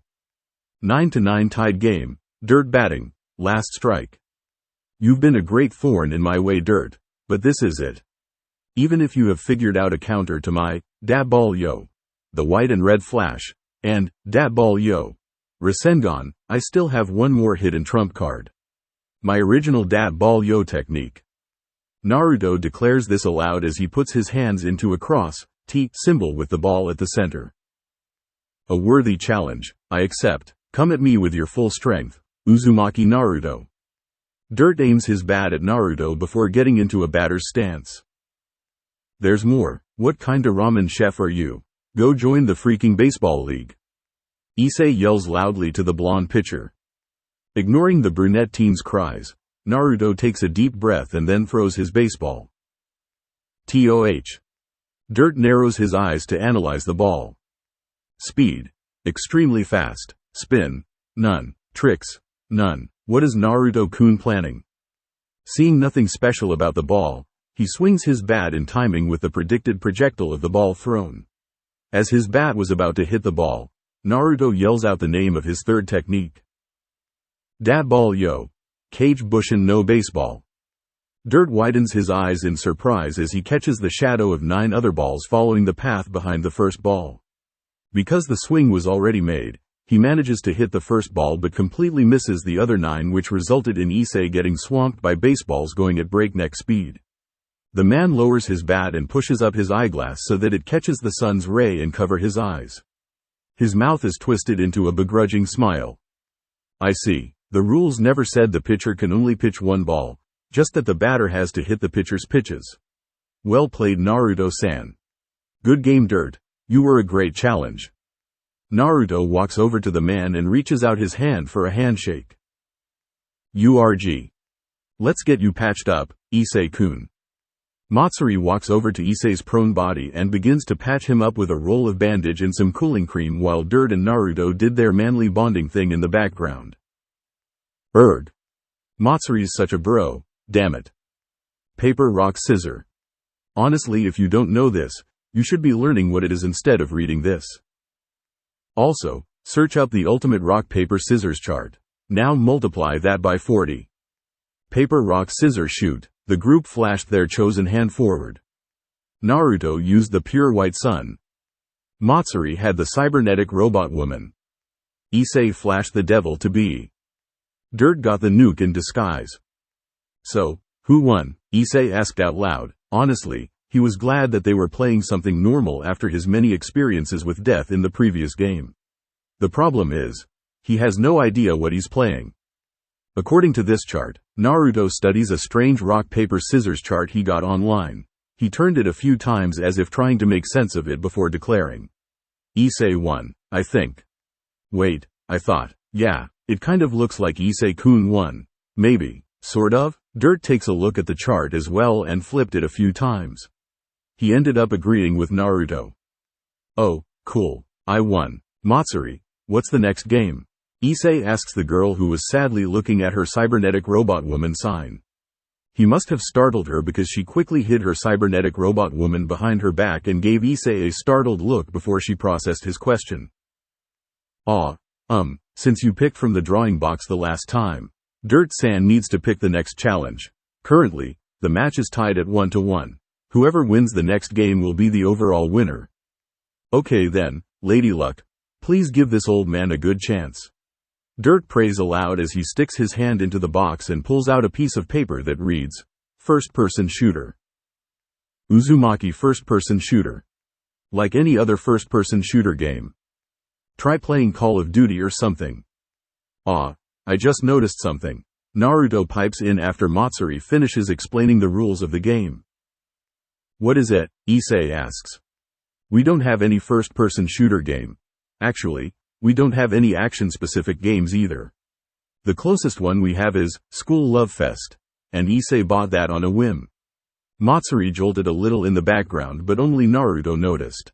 He patted her on the shoulder and gave a sidelong glance. She seemed to have understood the gesture as she returned it with a nod.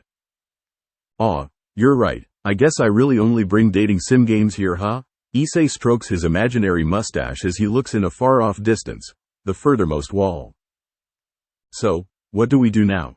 Dirt asks as he looked at the remains of the drawing box Naruto happily threw into the stove so that the loser won't call for a rematch.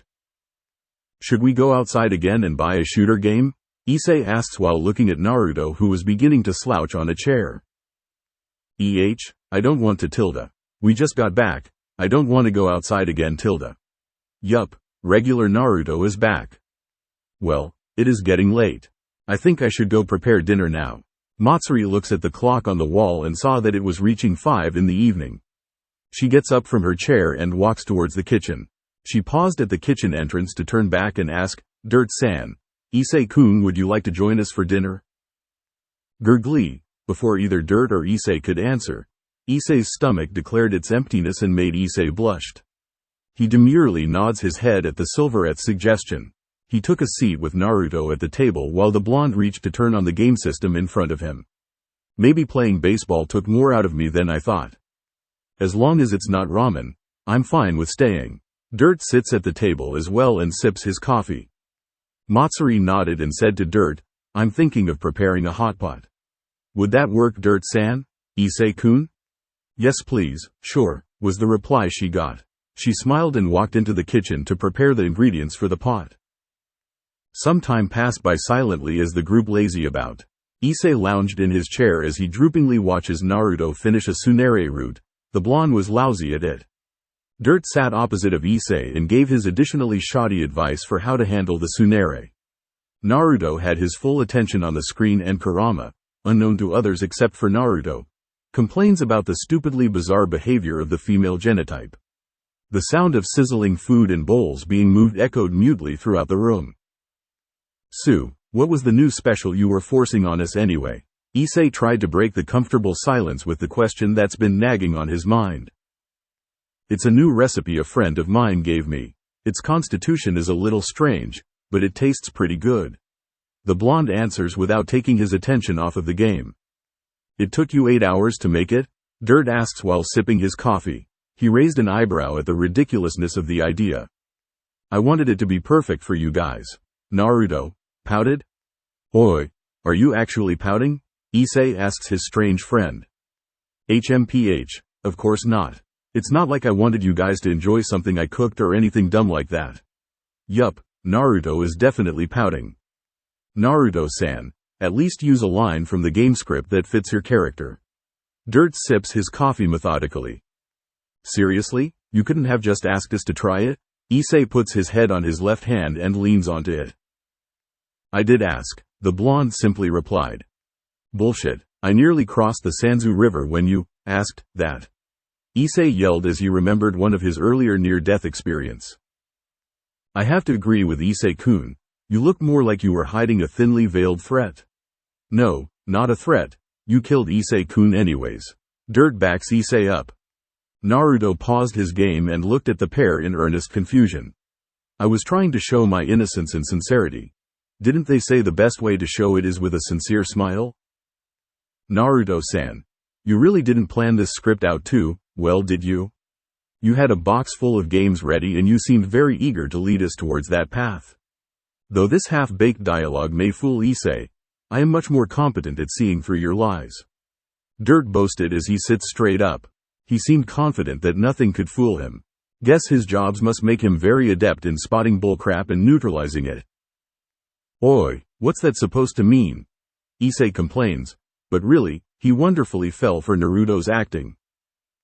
Che, found out already. Naruto dropped the look of innocent confusion and went back to droopy lazy look he prefers. So, it was a trick after all. Issei sighs to himself as he gave the blonde a half-hearted glare before slumping back to the cool wood of the table. The silence returned and persisted. Dirt went and helped Matsuri prepare the dishes and utensils for dinner. Issei continued to slouch about, though not out of the usual laziness but out of the sheer exhaustion that's finally caught up with him from earlier. He honestly must hold Naruto and Dirt in a better opinion. The two don't show any sign of the fatigue Issei's feeling even though they were the most active players. Issei-kun, can you help me with turning on the portable stove? I'm bringing the hotpot out. Matsuri calls out from the kitchen. Issei complied and took a few attempts to turn on the aged burner. The pot that Matsuri carried out was massive. At 4 foot wide and 2 foot deep, the pot of broth was undeniably huge. Dirt came out from behind Matsuri carrying the dishes for the hotpot. Beef, pork, shrimp, fish, egg, noodles, assorted vegetables, and even some drinks. The middle-aged man carried the 6 extra-large dishes, the bowl of eggs and the 4 glasses of juice like a pro waiter. In the corner of his vision, Issei saw Naruto turning off the game system and switching to a random game show channel. Once everything was set up and everybody settled in, they clapped their hands in unison and said, "Itadakimasu." They then each started dipping what they wanted into the pot. Issei went straight for the fattest piece of beef he saw. Dirt got a ladle and started spooning broth into his bowl which was filled with noodles. Naruto was boiling 2 eggs within the pot with one hand while using the other to eat the food that Matsuri cooked for him. Matsuri professionally picked out perfect portions of vegetables and meat to cook for both herself and for Naruto. The 4 continued to eat in relative silence which was only broken by some small talk. A few old people joke from Dirt and the sound of the television in the background. They finished eating, cleaned up the tables and washed the dishes by around 8 o'clock. Dirt was the first to leave the shop as he joked about not being as young as he was before. Issei left afterward when he remembers that he didn't finish his weekend homework. Matsuri went upstairs to prepare the futon for sleep. She, like Issei, couldn't exactly keep up with the energetic Naruto and Dirt and tuckered herself with the ball game from that afternoon. Naruto sat at the table playing a game for another hour to both entertain and accompany Kurama before the fox enters hibernation again. According to the fox, the world was finally starting to accept them as an inhabitant. This gave Kurama a longer waking period as the energy it takes to maintain their existence lessens. This didn't make Naruto worry any less for his friend. He had first-hand experience with the energy output that the fox was capable of. To see Kurama struggle for so long hurts. Especially when Naruto cannot do anything about it. Therefore, the blonde did the next best thing. He entertained the fox in every one of its waking moment. It was all he could do to thank Kurama for helping him so much. If Kurama can now stay awake for a measly 9 hours out of a week, then Naruto was going to give him everything that's worth that 9 hours. The blonde ramen shop owner smiled to himself as he heard the fox drift back into hibernation after a fun day of sports, food, and gaming. He turned off his game system and walked upstairs to join Matsuri in sleep. Today was a fun day. Whoa, the shop looks extra busy today. What happened? Issei whistles out loud as he enters Naruto's ramen shop. He looks around for a seat and was pleasantly surprised to find that the usual table was clean and empty of customers. Ah, Issei-kun, welcome. Would you like me to bring you a medium pork ramen? Matsuri walks by with a serving tray and smiles at Issei. That would be good, Matsuri. By the way, why's it so packed today? It's because of Naruto-sama's newest special dish, the Uzumaki Ramen, Kitsune Special. The first customer who ordered it said, "This smell. This taste. This texture. It's Yasaka-sama's special Kyuubi Ramen." At another table, a group of men yells this loudly, cutting off Matsuri mid-sentence. They each pour the contents of their bowls into their mouth as they cry tears of joy. Men, take out your wallets, we must buy every last drop of this Amrita. Yes sir. Miss Waitress, refill please. Yes, dear customer. Matsuri smiles brightly and responds spiritedly to the group of men who are holding up their bowls. She turns back to Issei a moment later with an apologetic smile on her face. As you can see, Issei-kun, they said something like that. I'll be back quickly with your pork ramen. So why don't you grab a seat? Take your time. Issei waves the girl off and watches her leave to tend to the customers. He walks over to the table and pulls out his homework. Quietly, he ponders to himself, so that new special ramen wasn't a joke, huh? Much later. Thank you for your patronage. Standing at the shop's doorway with her waist bent, Matsuri greets off the last customer in the shop. Phew, finally done. This was a surprisingly hectic day. Good work, Matsuri. Naruto walks out of the kitchen while rolling around his shoulder to relax its muscle. He calls out to Matsuri as she closes the shop's door. Your new ramen is surprisingly popular. Issei says this while he closes his notebook and puts it into his backpack. Jealous that you didn't get any? Naruto smirks at Issei cockily. If you get down on your hands and knees and beg to be my lab rat for the rest of your life, I'll give you some. Tempting, but a harem king bows down to no one. Dirt is on a more successful path to being a harem king than you are, cause, you know, he's rich as hell. Issei falls out of his seat and crouches down on his knees in pain. Cheap words will not bring me down. No, I mean, aren't you already down? Naruto gives the brunette teen a condescending look. Naruto-sama, what are these bowls of ramen doing here? Matsuri pokes her head out of the kitchen entrance to give Naruto a questioning look and show off a bowl of ramen in her hands. Oh, I saved those for us. Bring them out, Matsuri, let's eat. Naruto looks back at Issei as he says this. Oi Issei, take a seat already. I took the effort to save a bowl of special ramen for you. Okay. Issei sits back into his chair with a lukewarm reply. Here you go, Naruto-sama, Issei-kun. Thanks, Matsuri tilde. Matsuri walks out of the kitchen with a serving plate filled with ramen bowls. She puts a bowl of ramen in front of each member at the table. Slurp tilde, the sound of ramen being eaten echoed through the empty walls of the once crowded shop. Naruto, as always, breathed in the ramen like it was air and finished in 10 seconds flat. Matsuri, who usually took her time, seemed to particularly enjoy the ramen Naruto made and finished before Issei. Issei finished his ramen at the regular time. Hey Naruto, this is the newest special you made? Yeah, why? It tastes the same as any other ramen you cook. I thought it tasted awesome. Then again, all ramen is awesome.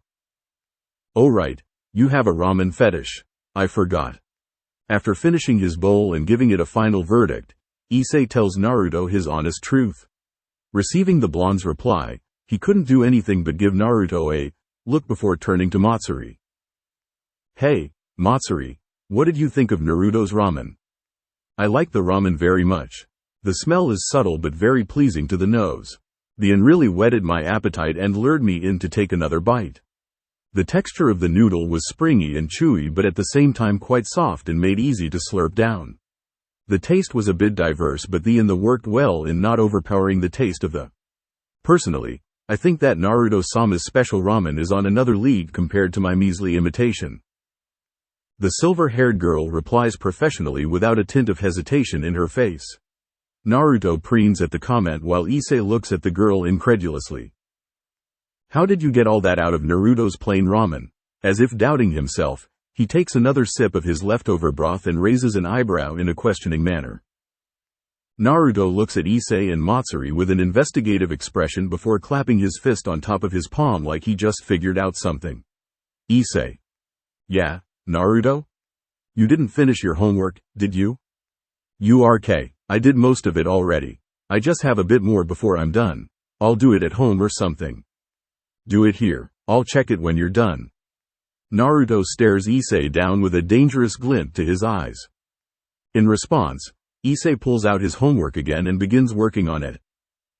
While you do that, Matsuri, let me help you with the dishes. Naruto stands up and carries the emptied ramen bowls to the kitchen. Thank you, Naruto-sama. Matsuri gets up and follows after the blonde to the kitchen. This is because I called his ramen plain, isn't it? After the two leaves, Issei looks up from his homework and stares at the kitchen. He says this before he goes back to his homework. Inside the kitchen. Did you give Issei the plain ramen, Naruto-sama? Matsuri asks Naruto this as she passes a rinsed dish for Naruto to dry. No, all 3 bowls were the special ramen that Kyuubi no Yasaka sent through the letter. But Issei said it tastes like your regular ramen while I tasted something so incredible, it felt beyond my comprehension. That's probably because the special ramen is a yukai dish. A yukai dish? But there were customers who? Those are probably the people the Yukai Association sent to check up on us. So they were yukai. I did not notice it at all. You're still relatively young for a yukai. Don't worry too much about it. Yes, Naruto-sama. Hearing this, Matsuri nods her head and continues to clean the dishes. Outside the kitchen. Issei, what are you doing? After he and Matsuri finish cleaning the dishes, Naruto returns to the restaurant proper and immediately lock on to Issei as the brunette organizes his homework on the table to make the ink resemble the shape of a naked woman. I'm creating a ritual to summon the Oppai gods and ask them to grant me knowledge. Glaring at the pages in his hands as if they were puzzle pieces, Issei answers Naruto's question without breaking his concentration. Carry on then. Naruto gives a mystified nod and walks to the table to turn on the game system. He keeps Issei in his peripheral in case the brunette breaks more than he already is. Call me if you need any help, Issei-kun. Matsuri smiles and takes up a broom to begin sweeping the shop clean. Thanks bro. Issei grunts to Matsuri and carefully lays down the next piece of homework into his ritual circle. A week afterward, a certain red-haired high schooler received a letter from her equally red-haired brother cautioning her of the new Yukai faction in Tokyo. The new faction already claimed a small shopping area near Kuo Academy as their territory, and they seem to have made their headquarters near a small ramen shop in the center of the area, where they are spotted to often have seemingly unorganized group meetings at. The redhead girl was warned to be extremely cautious whenever they are near the shopping district. Ring a ding. Yo, I'm here. Issei walks into Naruto's ramen shop with a slouch. Matsuri waved at him with a smile as she finished writing down a customer's order. Naruto poked his head out of the kitchen to give Issei a quick sup, before ducking in again to fill out Matsuri's newest order. Seeing as they were busy, Issei stalked to the usual table to find that Dirt, who has been missing from the shop for a week, was there sipping his drink. Issei was mildly curious to see that the middle-aged man was wearing a collared Hawaiian t-shirt and a pair of shorts instead of his usual worn-out business suit. Yo, Dirt, where have you been? Issei asks as he sat down on his usual seat, opposite of Dirt. He began pulling out some worksheets to review. Ah, Issei-kun, you're here. Here I brought a souvenir for you. Dirt hands Issei a gift bag with some foreign lettering that Issei couldn't understand. A souvenir? Were you on a business trip or something? Issei gratefully accepts the bag with a, thank you. No, it was the opposite actually. Some of my coworkers said that I was overworking myself and suggested that I needed to take a relaxing trip. Luckily enough, another coworker had spare tickets to visiting Spain and I somehow or another ended up tagging along. It was a fun trip. Dirt reminiscent as Issei gives him a stony face that expressed, you? Work? What work? Hoped you had fun. Now then, let's see what you got me. Pushing off Dirt's obvious taunt for a Tsukomi, Issei opens the gift bag to find 4 magazines. Confused, he pulled them out and widens his eyes comically. Dirt, what? Issei stutters as he stares at the magazines in absolute awe and wonder. He gently puts the stack of magazines back in the gift bag and looks at Dirt. He gave Dirt a stare that lasted for 5 seconds before cracking into a mad grin and jumps at the middle-aged man. Dirt, you're such a bro, was what he yelled aloud before he glomped the coffee-sipping old man. Yup, you guessed it. Dirt bought Issei Spaniard porn. Oh, so, you've decided to give up on his ridiculous harem plan and aim for the safer path of the rich unmarried gentleman, huh? Good for you, Issei. Naruto walks out of the kitchen just in time to see Issei tackle the coffee addict. Issei tearily lets go of Dirt to grab the gift bag laying on the floor and showed it to Naruto, completely foregoing to comment on the blonde's insult due to sheer happiness. Naruto, check out what Dirt gave me. What is this, Spanish? Naruto looks into the bag and pulls out one of the magazines. He realized it was porn on first sight but didn't realize the language until he stared at it for a bit. He looked over to Dirt with a crooked smile and says, Did you go all the way to Europe just to buy something to woo Issei with? You know he'll roll over and bark for normal Japanese porn, right? Ahahaha, strange as always Naruto-san. Here, I bought you and Matsuri a gift as well. Dirt laughs off Naruto's insinuation and hands the ramen pair their souvenir. You are just tempting me, aren't you? Not gonna fall for it. Now let's see what I gots. Naruto glared at Dirt for a good 2 seconds before taking the gift and ripping the wrappings to shreds. Naruto lifted up the object that was once covered in wrapping, beheld it to his eye level and then chucked it at Dirt. This is just more porn, damn it. Dirt seemed to take great amusement in Naruto's expression as he chuckles at the flying magazines being thrown.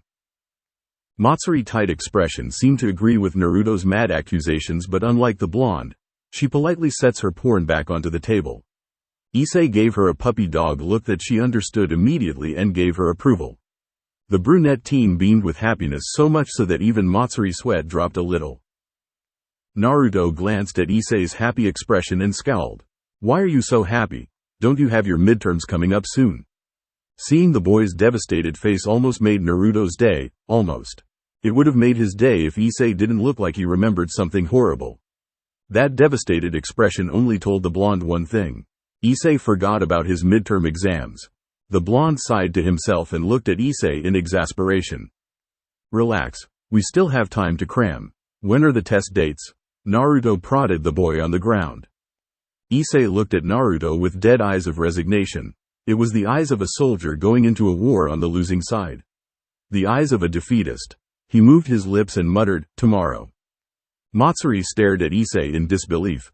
Naruto slammed his head onto the table and dirt chalked on his coffee. Together they yelled, how could you forget such a thing until the last minute? Issei responded with a dry, cracked chuckle and a far-off look. Naruto scratched the back of his head and sighed before walking towards the madly chuckling brunette. He grabbed the teen by his collar and dragged him to the second floor of the ramen shop to study.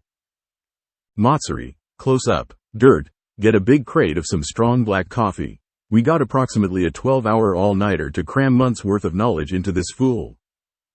Upstairs. 12 hours remaining until school opens. According to Issei-kun's report card, his weakest subject is English and social studies. He is proficient in math and science, aka failing slightly less than usual, and is in the middle ground with Japanese. Matsuri reads off of the newest report card she got from Issei's school. According to the potential tests that I got glimpses of when hacking the school database, it is safe to say that we should spend the most time focusing Issei-kun's studies on English, Japanese and science as they are the hardest ones. Issei started when he heard Matsuri said something strange. Wait, did you just say you-ha? Since my job involves me making many connections, I am quite capable in the English and social studies department. I take up on being Issei's tutor for those subjects. Dirt cuts in before Issei could somehow distract himself. I am quite adept in the math and science area myself, so I will help Issei-kun with that. Matsuri gives her 2 cents after Dirt gave his. In that case, I will take Japanese on for myself. We'll each split our subjects into 2 5-hour margins and 1 2 hours. I will take the 2 hours margin. Matsuri, please give us the potential questions as well as the most probable answers. Dirt, you will go first. Naruto gives out quick and precise orders to his 2 accompanying teachers. Issei could do nothing except for sitting in the background making a nervous face at the Spartan course he's being targeted with. Oh, and Issei, Naruto finally turns his gaze back at the boy on his knees. If you so much as dare to slack off for even a minute, he pulls out the stack of 12 magazines that Dirt graciously got for Issei. Will never reach your eyes again. Naruto kawarimied the magazines with the air inside of his closet for dramatic effects. It had its intended results as Issei's face grew ashen white. Dirt sat down next to Issei and sympathetically pat the boy on his shoulder before saying, let's begin, Issei-kun. The teen could only nod and looked at the worksheet Matsuri prepared for him. 10 hours 45 minutes remaining until school opens. Dirt flips a page in his hand. Issei swallows his saliva noisily in anticipation. Naruto silently plays a portable GS game. Matsuri prepares the study material for both herself and Naruto. After a small eternity for Issei, Dirt puts down the worksheets. Issei-kun. Yeah? You pass. Yes, Oppai-sama has not forsaken me. With the minimum required score for a normal student. However, with your current grades in the report card, I'm afraid you're going to need to make a much better grade on the test. No, Oppai-sama, why have you forsaken me? With a bored look, Naruto peeks up from his GS and says, "That's one magazine, Issei." Issei jumps back up and snatches his worksheet from Dirt's hand. The moment it touches the table, he starts stabbing away at it with his pencil. 8 hours 5 minutes remaining until school opens. URG. Issei slumps down onto the table and drools with his mouth agape. His eyes lost their usual gleam and he begins loudly snoring. Is he asleep? Naruto, on hearing the snoring, looks at Dirt, who's grading a big stack of paper that Issei somehow managed to write. He's finished with all his work, so I'll allow him some rest. Dirt flips to another page with the number 32 printed on its top left. Really, that boy finished all 50 worksheets in around an hour. He flips to page 33 and spins his unused red pen. And most of it is correct as well. So he can do it after all. Matsuri, wake him up when it's your time to teach. Naruto gives the brunette a glance before he returns to his GS game. Yes, Naruto-sama. Without looking up, Matsuri organizes the worksheet that she and Naruto will teach Issei, all while calculating how much time she can afford for Issei to have a bit more rest. 7 hours 10 minutes remaining until school opens. Issei opens his sleepy eyes and sees Matsuri looking down at him. He realizes that he's sleeping on Matsuri's lap and he chuckles. Matsuri, I had such a strange nightmare, Matsuri tilts her head at the slightly hysterical Issei, which prompted him to continue. Naruto was threatening me to study for 12 hours straight or he'll take away all my porn, how crazy is that, huh? Issei starts chuckling deliriously at the strange idea. That's still happening, Issei. In fact, it's about to be Matsuri's turn to teach you soon. Naruto peeks over Matsuri's shoulder and shows Issei an alarm clock.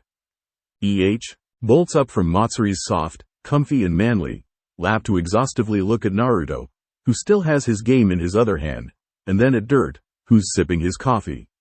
Issei gives Dirt a distressed look and the middle-aged man returns it with a smile and mouthed, "It's still good. Your magazines are still safe."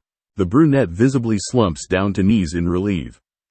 "It's good that you're awake now, Issei-kun. Should we start?" "Yeah." Issei nods tiredly and sits next to Matsuri at the table. 5 hours 30 minutes remaining until school opens. And you do this and carry the variable x over to here to complete the equation. Matsuri leans over Issei's shoulder in order to show him the steps to solving the type of question she was just explaining. Whoa, that was all that was needed? How come I never remember learning about this? Issei gazes in wonderment at the solution Matsuri neatly wrote down. This way of solving such questions is written in your textbooks.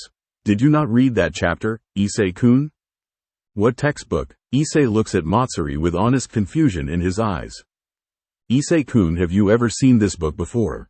It's your school textbook. Matsuri hands Issei a semi-thick, blue, hard-covered book.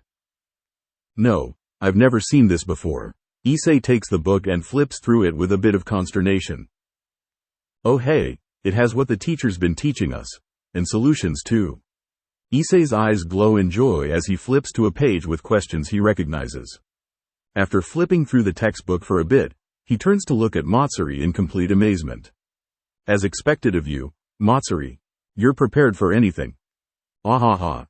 Thanks, Issei-kun. Matsuri takes the compliment in stride and feels her smile twitch slightly.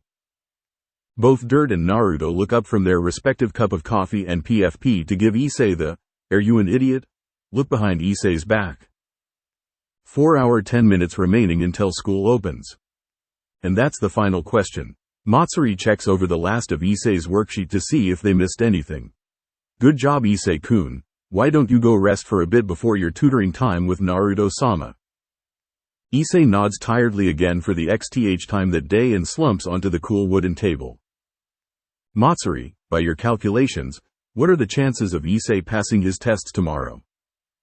Considering the fact that he knows most of his exam's question by heart now, he should be able to pull his average up to above the passing requirement. That's good. Prepare the guest futons. Let him sleep for the rest of the night. Yes, Naruto-sama. Is it because you care for his health that you let him sleep in, or is it because you're too lazy to teach him yourself? Dirt smirks at Naruto and helps Matsuri drag Issei's dead body to one of the prepared guests' futon. A little bit of both. Naruto gets up from his spot and walks out of the room to go downstairs. Start sleeping first, I'm gonna go for a walk. Yes, Naruto-sama. Good night, Dirt-san. Matsuri crawls into the furthermost left futon, the one that's next to Naruto's, and begins to sleep. MMHMM, have a good night, you too.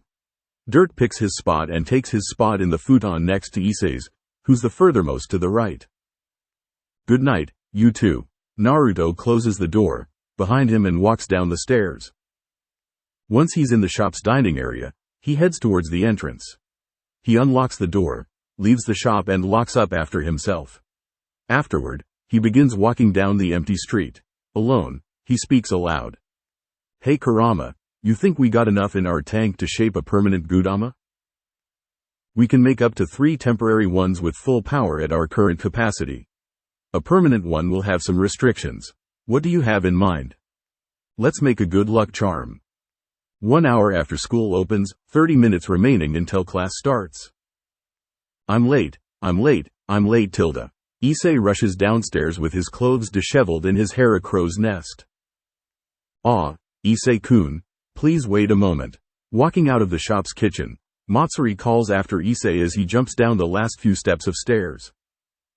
What's up, Matsuri? Issei stops short at the entrance and turns around to see Matsuri wearing an apron. Here's your lunch and I wish you good luck on your test. Matsuri hands him a bento box while also tucking in his shirt, straightening out his pants folds and buttoning up his jacket all at the same time. Yes, remember your preparations and you should do well. Dirt jumps in as well from his usual seat at the table they always sat at. As always, he has a coffee cup in hand.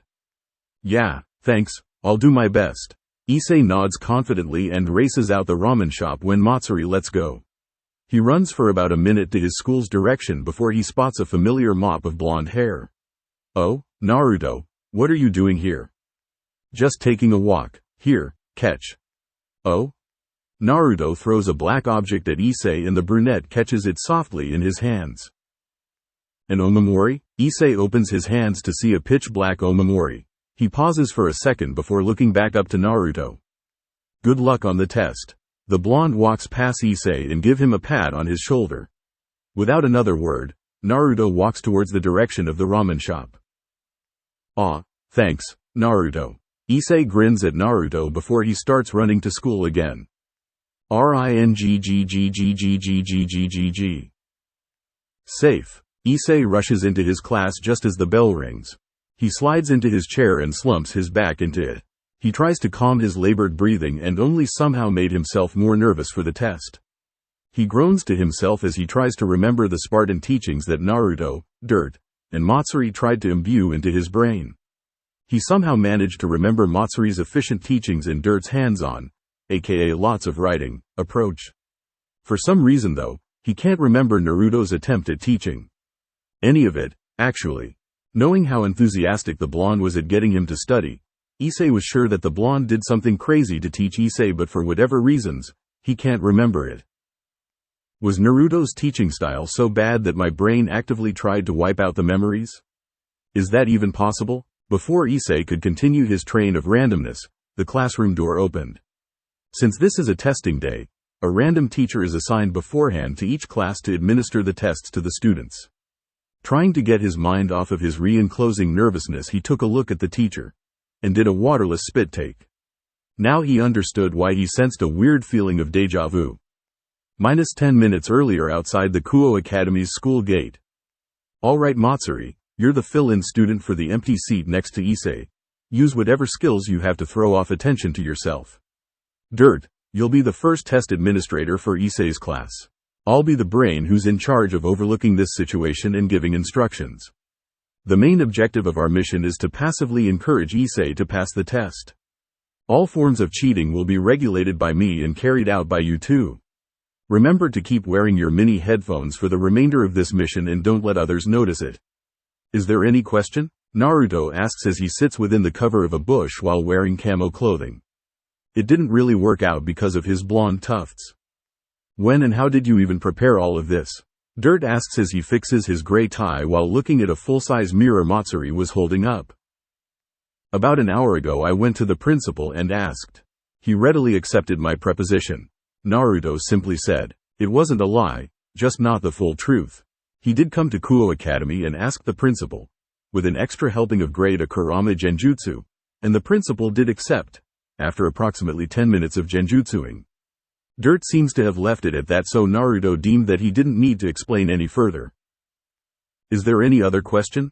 Seeing the other two squad members shake their head, Naruto grinned and said, good. Mission start. Issei's classroom. Dirt passed out the test and went back to the teacher's desk to read his magazine and drink his coffee. He didn't do anything strange when he got to Issei's table besides mouthing the words, Naruto's idea, so Issei figured that this is just their way of encouraging him on. An hour passed and Issei had to admit that he was doing the test with relative ease. So far, he has passed no questions that he did not remember already doing. It was both reassuring and scary how all these answers that Issei's pouring out is from Matsuri's worksheets. He made a mental note to not let the silver-haired girl go near his computer, ever. He was near the end when he came across a question he did not remember doing. He tried to comb his mind of any mention of this question but came up blank. Panicked, he sat there for 5 minutes trying to do it himself, but he soon found that he had no idea where to start. Was this a new concept that Naruto was supposed to go over with him? Is this question in the blank spot of his memory of being with Naruto for the night? In that case, this is extra bad. If he misses this question and Naruto finds out, his porn collection would disappear. Issei sat there practically hyperventilating when something moved from the corners of his eyes. He made a subtle glance towards the moving object and almost screamed aloud at seeing Matsuri sitting in one of the empty seats in the classroom doing the test as well. He rubbed his eyes once and still sees Matsuri wearing the cute Kuo Academy uniform. He rubbed them again and still sees a very real Matsuri casually doing the test in the cute Kuo Academy uniform. The very real Matsuri took a quick glance at him and then signaled something with her facial expression. He somehow understood her signal and glanced down to her hand, which held 3 fingers up.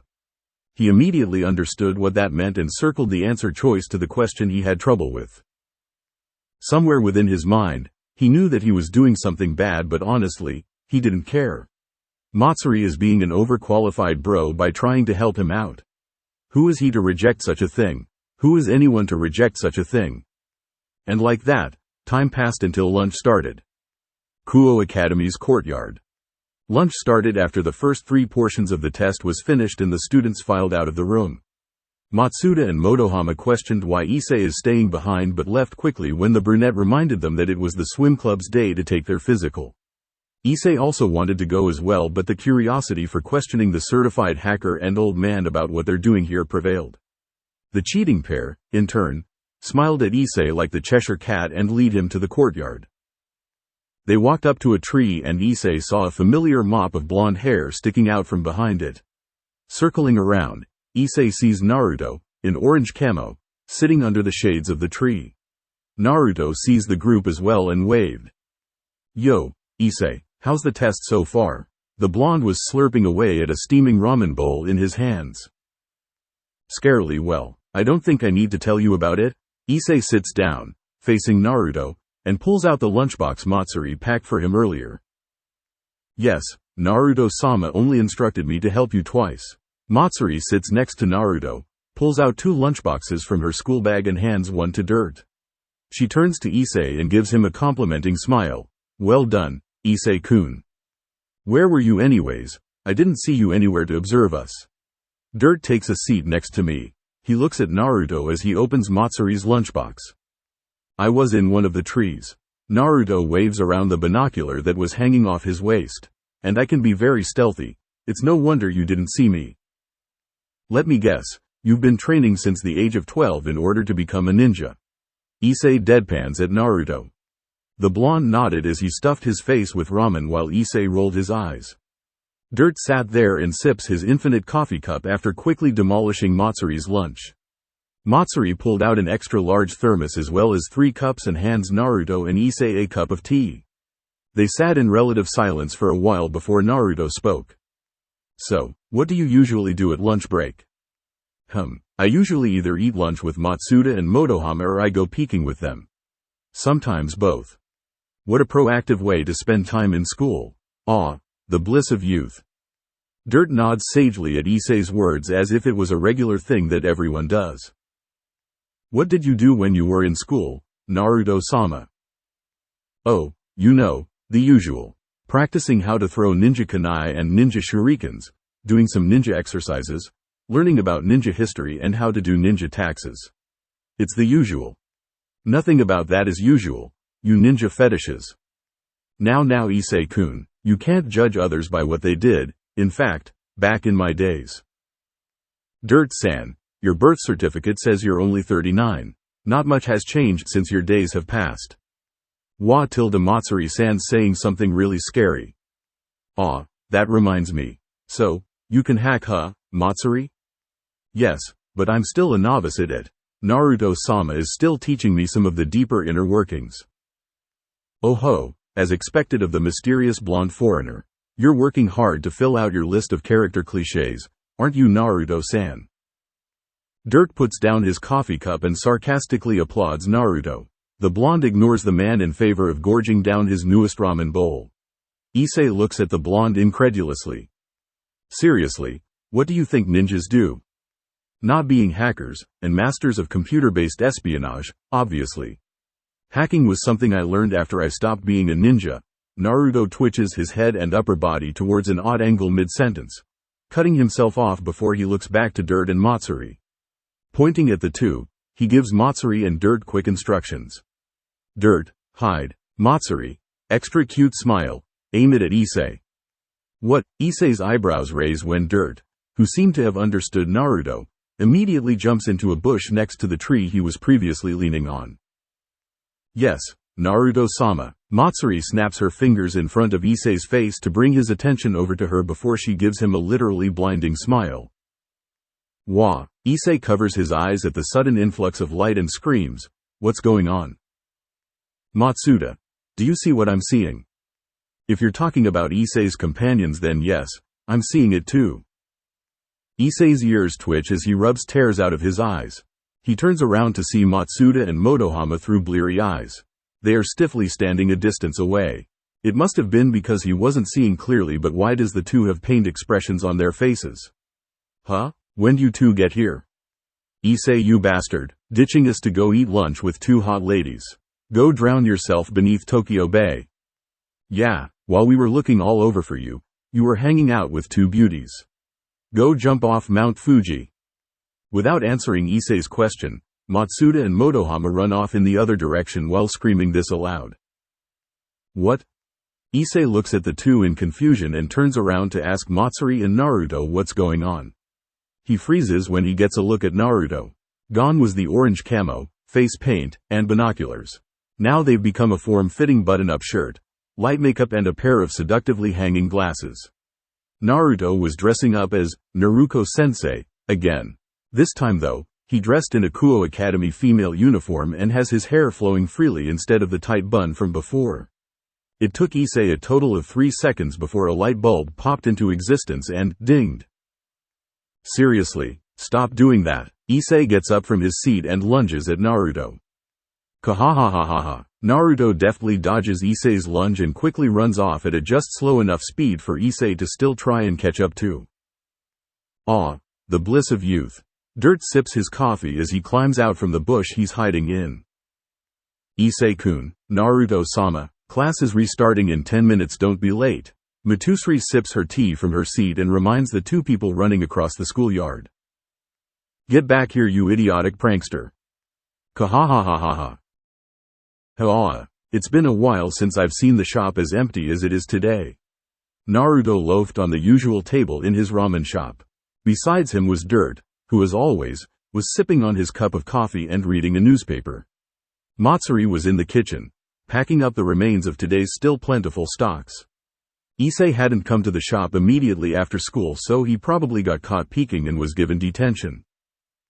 It really is rare. I've never seen you having 2 or 3 customers a day since Matsuri-san started working here. Perhaps it is because of the festival across town. Dirt looked up from his newspaper and gave Naruto a possible reasoning for his lack of customers.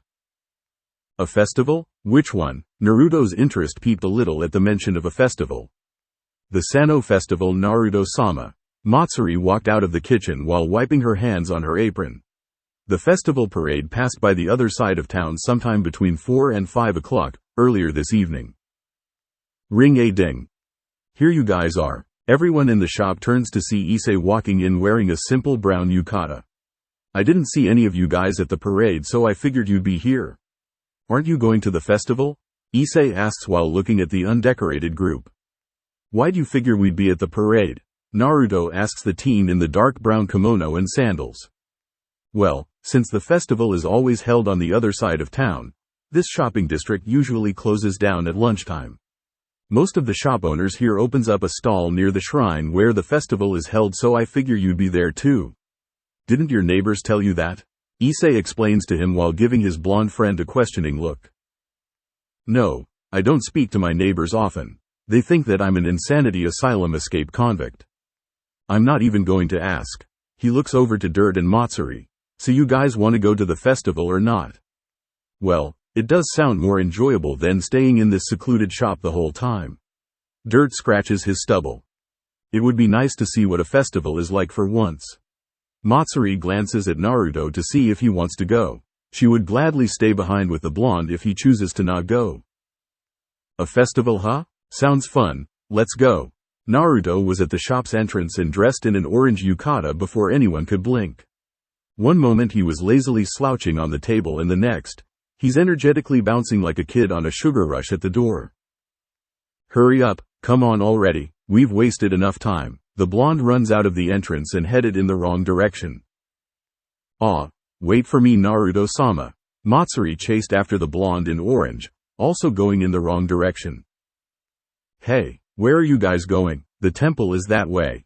Issei bounds out of the shop and tries to get their attention. He ended up having to chase them while yelling, wrong way. Ah, the blessing of youth. Dirt walks out the shop last and locked the door for Naruto. He then leisurely followed the noise of Issei's yell while sipping on his cup of infinite coffee. Wow, so that's the shrine. It's surprisingly crowded. Everywhere. Matsuri looks around in wonderment. They have not passed the shrine's gate yet, and the young Yukai was already feeling a bit swamp. Discreetly, she moved closer to her blonde master, who has lost his earlier hype and went back to his usual lazy impassiveness. Of course, this is a traditional festival. Practically every neighborhood is here. Issei answered Matsuri's silent question while weaving through the crowd. Though I honestly have no idea what this festival is celebrating, I can definitely say I know some awesome food stands. Ah, if youth keeps up like this, our honorable olden traditions will come to an end. Dirt contemplates aloud while actively doing his best to keep the group together. Because it's so crowded, everyone needs to make room for each other to maneuver. Dirt took it on himself to maintain the group within a close enough distance to where they can locate each other by sight or voice. I wonder if they have ramen here. Naruto asks a question with enough volume to reach Issei, the makeshift guide to the festival for the group. The ramen chef looked around some of the stores near the shrine but found nothing of interest. There were a few toy shops and a couple of kimono rental, but nothing that really connects with the blonde. If you want ramen, just go home. Issei deadpans at his blonde friend's obsession to the noodly treat. I think they sell yakisoba at the stands in the shrines, Naruto-sama. Matsuri suggests as she continues to stick near the blonde. Everyone, we've passed the front gate. Gather up or you'll get lost. Dirt comically inputs as they walked under the red wooden shrine gate and into the temple ground. Peeved. We're not kids, Dirt. I don't think we can get lost even if we want tea. Before Issei could continue his retort to Dirt's advice, a sudden crowd appeared out of nowhere and passes through the gate just after them. Like a certain comedic scene that tends to show up from time to time in some dating sims, Issei, Dirt, Naruto and Matsuri got separated, each member dragged off by their own little crowd. Seriously? What the heck? Was all that Issei could yell aloud against the physical embodiment of the humorous force acting imposingly to his words. In an act of defiance, he reached past the barrier of his little crowd in order to grab onto one of his friend's hand. He managed to grab onto a soft, effeminate and yet somehow manly hand. Feeling like he already knew whose hand it was from his sense of touch, he pulled the hand and its person out of both their respective crowds. Not wanting to be dragged around by mysteriously illusional crowds again, Issei wasted no time to get out of the entrance area and paced quickly to the temple area, all while not letting go of Matsuri's hand. Phew, I think we're safe from that mysterious crowd now. Issei relaxed himself after making it to the stall area, which is too disjointed to have mysterious crowds appearing without him noticing. Hey Matsuri, did you see where the other two went? He turned around to ask his silver-haired friend when he widened his eyes at the person he saw instead. The person is blonde and has blue eyes. The person is wearing an orange outfit. The person has a droopy-looking stare aimed at Issei.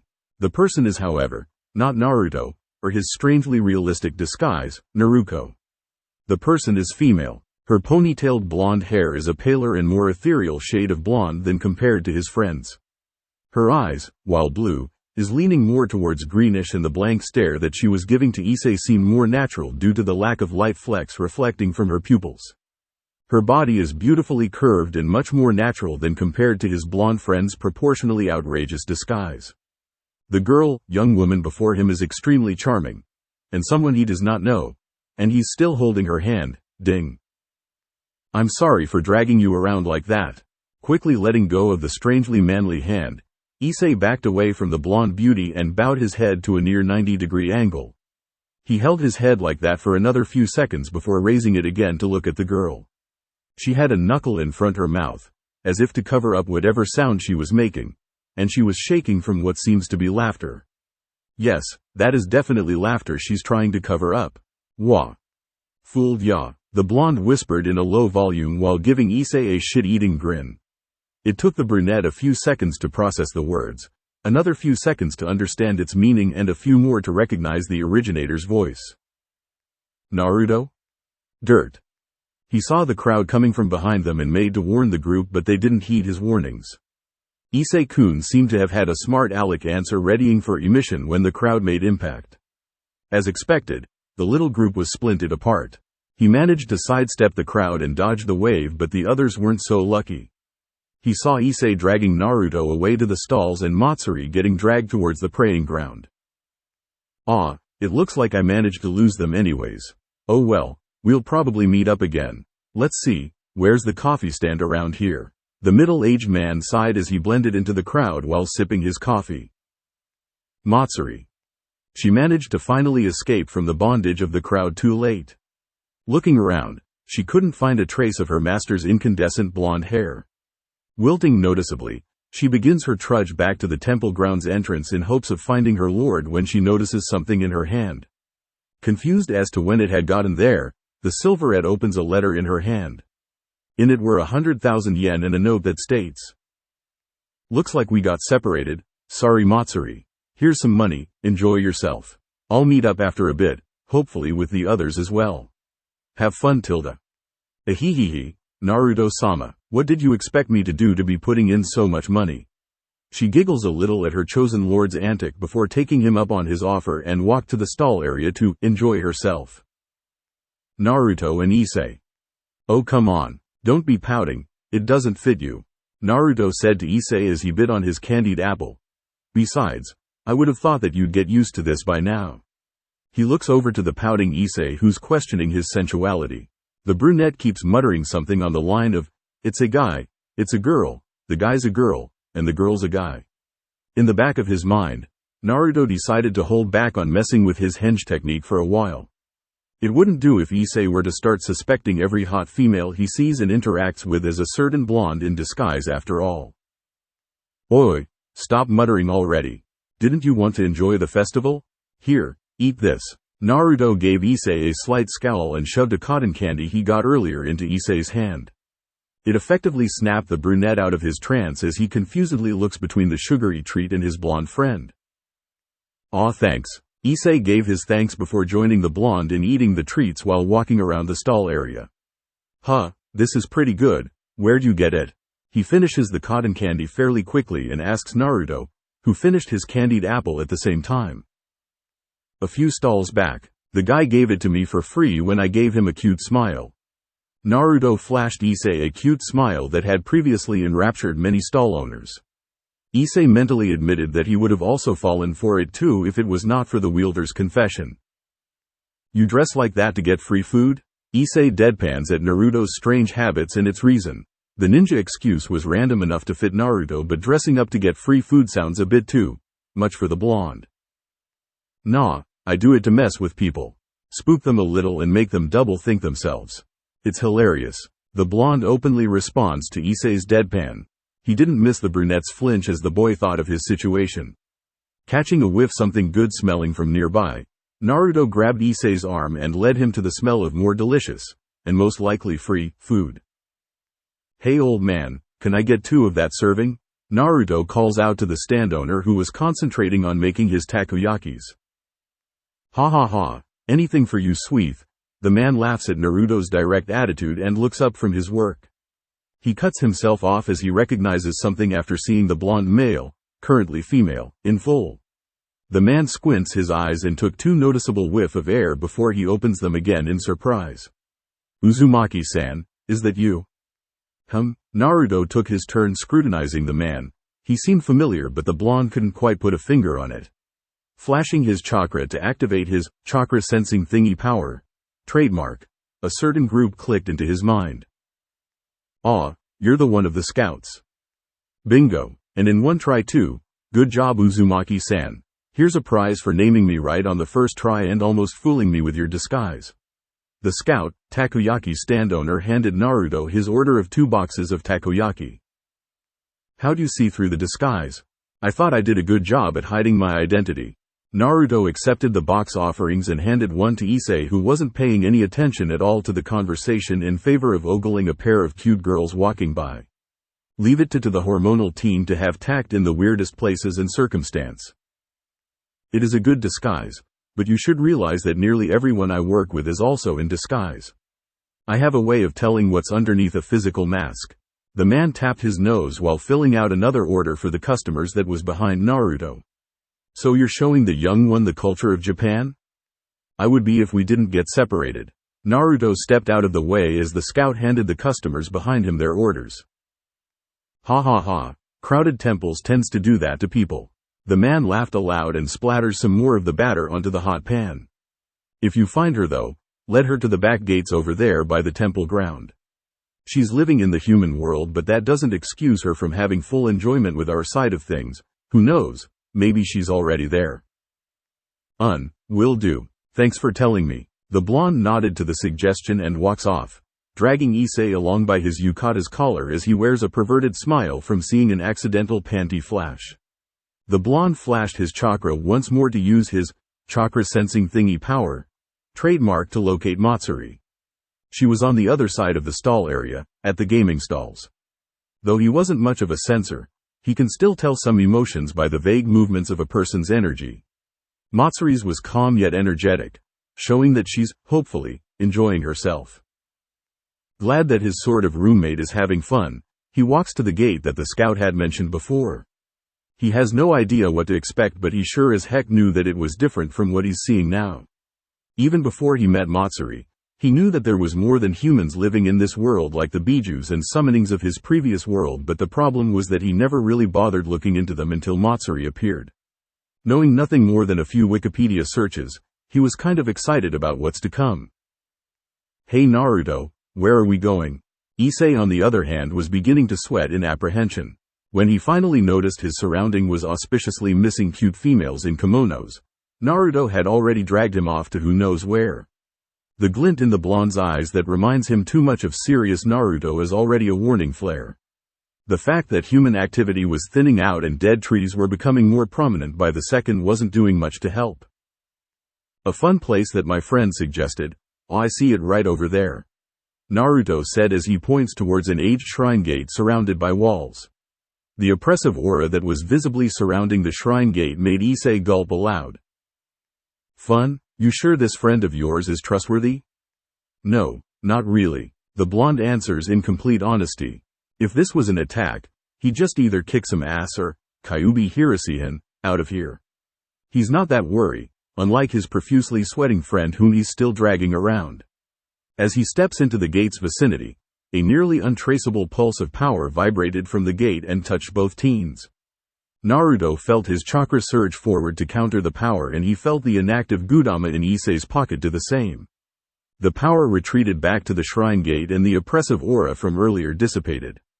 It seems that was the gate's anti-human function. Maybe he should look into whatever that power was. It certainly wasn't chakra. Not that the humans of this world produce much of the energy substance to begin with, being with no chakra coils and all. He let Issei walk on his own again and motioned the team to follow him past the gate. The difference between the inner and outer portion of the gate was tremendous. Outside is a small field surrounded by dying grass and trees. Inside is a bustling festival that's even more hectic than the one outside. Stalls surround shops that were surrounded by yukais, some in their full yukai form while others, still human form, crowding everywhere. Wow, since when they make a costume area here? Figures that your friend would be into cosplaying, the brunette boy said as he whistles and gives the cross-dressing blonde a grin. It's impressive that he's never heard of it before, but that's probably because he didn't know the right people to talk to. Naruto grinned maniacally when he saw an 8-foot-tall Oni making delicate sweets and a little girl arm wrestling something even bigger than the Oni elsewhere. This was going to be fun. Matsuri.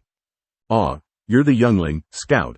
Both Matsuri and the takoyaki stand owner pointed at each other out as they recognized one another. The stand owner was focusing on making yet another great batch of takoyaki when he heard a familiar voice ordering a box and looked up to see who it was.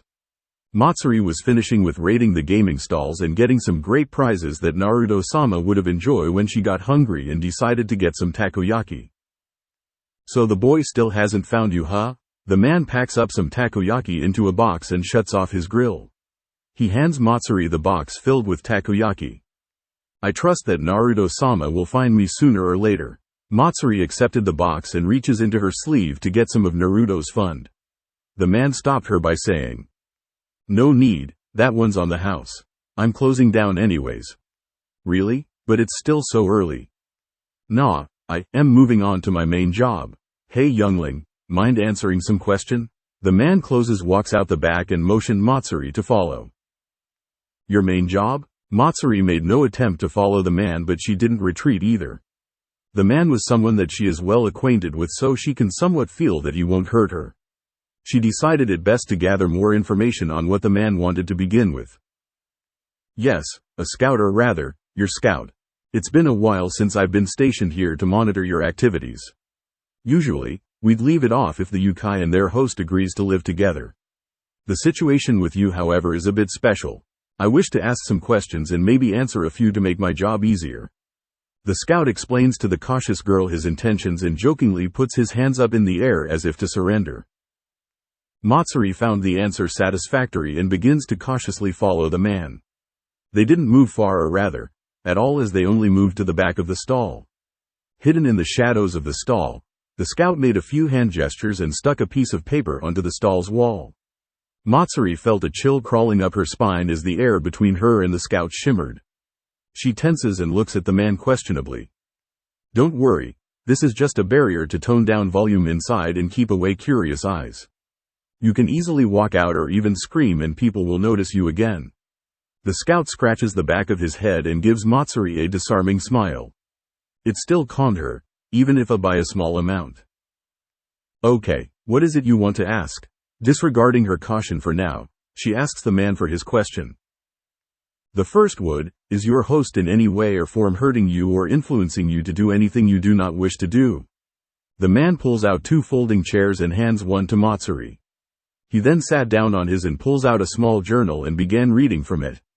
He looks up at his interviewer and gives an almost apologetic smile. Sorry, it's part of the job, even if it's a stupid question. No, it's all right. Matsuri smiles demurely as she slightly relaxes some more after seeing that the man was speaking truthfully, according to Naruto-sama's lie-sensing lessons. Matsuri taps her chin in wonderment and answers the scout's question. Naruto-sama has been very kind to me. He never asked me to help him with his shop even though I was staying in his house for free. He stated outright that he has connections to let me go wherever I wished whenever I wished, and he even taught me skills that are usually not taught but learned through experience. Overall, Naruto-sama has been a perfect host. I see. That answers the next question. What's next? The scout pulls out a pen and wrote something down before flipping the pages and writing in it every now and then. He asked her a few more questions such as, would you prefer staying with a Yukai family over a human family? And, does he feed you properly? Matsuri answers them all truthfully, and before she knew it, the scout closed his journal and stood up with a relieved sigh escaping his lips. Phew, glad that's done. Thanks for answering the questions, youngling. This'll help me finish off some paperwork much more efficiently. No problem. Please come and visit our shop if you really want to thank us. Matsuri gave him a winning smile as she shamelessly advertised her shop. She made to walk back out of the shadows when the scout stops her to tell her something more. Hang on a sec. Earlier, your host came by and showed a certain skill set to me without noticing. I never noticed before, but now that I did, I'll have to report it to my superiors.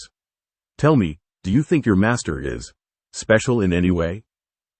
Naruto-sama has a bewildering mindset and tends to act very spontaneously. I do not know what you are talking about, but he does seem to be well aware of yukais before I came into his life. At least, that is my impression from his ease with accepting me. Seeing nothing wrong with answering the man, Matsuri replies like she did before, truthfully. I see. Thank you for accommodating me on answering these strange questions. Go back and have fun at the festival. I suggest the 5th stall to the left of here. They have good buttered grilled corn. The man smiles dryly and stalked off into the deeper shadowed areas of the shrine before completely disappearing. Matsuri looks at the spot where he disappeared for a few seconds before returning to the lights while humming to herself. Dirt. Excuse me, do you sell coffee at this stand? Sir, you asked me that not 5 minutes earlier and 30 minutes before that. We only sell buttered grilled corn here. Damn it. Dirt staggers off again and blends into the crowd to continue his self-appointed quest of finding any drinkable coffee. A few seconds later, a certain Silverette walks by and orders a serving of the corn as suggested from her earlier companion. Naruto and Issei. Seriously, this place is really elaborate. Issei looks around in awe at the stalls and shops they still haven't been to yet. There are so many places that each have their own yukai-related specialty. So far he and Naruto has visited the goldfish scooping stall, which had man-eating fish, the caricature stall, which drew what they look like if they were a yukai. He was an oni while Naruto was a kitsune. The gift shooting stall, which Naruto earned them a pair of authentic heterochromatic lizard nude eyeballs, and the sumo stage, which had 2 really big oni-like men duking it out. This place was freakishly amazing. We've been here for a while, maybe we should go and find the others now. Naruto slurped up some yakisoba noodles while looking around for the familiar gate in which they entered. You're right. Wow, time passed by quickly. Issei pulled out his cell phone to check the time and found that time really has passed by without him noticing. In his moment of procrastination, he displaced his thoughts from being mindful of the crowd and bumped into someone. He fell down and looked up to see a half-drunk man. Watch way ya goin', brat. The tipsy man glared down at Issei and squints his eyes. He looks over to Naruto and scowls prominently. Why the hell are your kind doing here? Before Issei could react, the man grabs him by the collar of his yukata and heaved him up in an incredible display of strength. The now threatening-looking man made to say something but stopped when a hand grabbed his wrist. Please let my friend go. In his panic, Issei made a half-turn to see who had said that. He identified his savior as the now-disguised Naruto glowering at the man who held Issei. The man yelped and dropped Issei on his rear once more before pulling his wrist out of the blonde's hold. Naruto stepped in front of Issei and continued glowering at the man. The man glared at both Issei and Naruto as he rubbed his wrist, and Issei was just confused and scared shitless at the sudden atmosphere of near violence. It continued this way for a few more moments before another man broke through the crowd and ran towards the man who grabbed Issei. The newcomer patted the offender on the back to grab his attention, and then the two had a heated whisper discussion. It was really a half-whisper conversation, seeing as the drunken man said everything in full volume. Issei heard a few lines like, "But they're probably host. Why? They here. Visit. Fun is all." But couldn't make heads or tails of their conversation. Sooner or later, the drunk conceded to the other man and stepped back. The other man stepped forward and bowed his head towards Naruto's and Issei's direction. Sorry about that. My friend had a bit too much spirits and couldn't tell where he was. It was an honest mistake. Sorry about that. The man looks up with a goofy half-crooked grin and silently asks for an acceptance to his apology. That's okay. Just please be more mindful of others. Naruto nodded slowly but still kept his glare. The man bowed a second time before turning to drag his drunk friend away. Just as they disappeared into the crowd, Naruto turns around and pulled Issei onto his feet. He then grabbed Issei's hand and walked off in the opposite direction of the other two. So what was that about? Issei breaks the uncomfortable silence that persisted as the two walked. Naruto paused and lets go off Issei's hand. The blonde turns around and Issei could literally see the change from serious to droopy on his friend's face. He looks at Issei with a lazy demeanor and gave a slow blink before saying, "No idea. Probably just some drunken rambling," Naruto simply said while giving Issei his lazy stare. Issei didn't believe one bit of that but decided that if his friend was going to keep silent about something then he should just let it be. It's not like he even understood what that something was. He just knew that him being there drew the man's aggression. Perhaps he's the father of one of the girls that he, Matsuda and Motohama peeked on. That would explain a lot of things. They walked in silence once more though this time, without any of the thickness of the earlier atmosphere. Once they made it past the worn gates from earlier, they walked to the stalls area. Naruto turned his head a few times as if to look for something and Issei followed along. He saw a flash of silver moving in the crowd and called out, "Matsuri." The silver head paused and turned to the voice. It took her a moment but she sees the mop of blonde that could only belong to her master and spiky brown locks next to it. She navigates herself through the crowd and smiled happily as she sees her master and friend. "Hello Issei-kun, Naruto-sama, did you enjoy the festival?" Issei flinched as if he remembered something bad and gave an awkward smile. Naruto nodded his head and asked her the same question with a drowsy smile. "It was enjoyable. How did you enjoy the festival, Matsuri?" "I had fun, thank you very much Naruto-sama." Matsuri bowed her head to Naruto to show gratitude for him giving her money to enjoy herself. Naruto waved it off and Matsuri raised her head again. "Is Dirt-san not with you?" The silverette looks around to locate the last member of the group but found that he was missing. "Meh, the guy's probably off trying to find coffee or something." Issei quips at Dirt's affection for coffee. "I don't know, maybe poor little Dirt got lost in the crowd." Naruto follows up with a grin. Beep beep beep. Before the group could continue their conversation, a speaker rang overhead and said, "Attention all festival participants. This is an announcement from the Lost Child Service. Will the parents and or guardian of one DERTAERG please come and pick him up? I repeat, will the parents and or guardian of one DERTAERG please come and pick him up?" Dirt. The group scrambles to find the lost child office.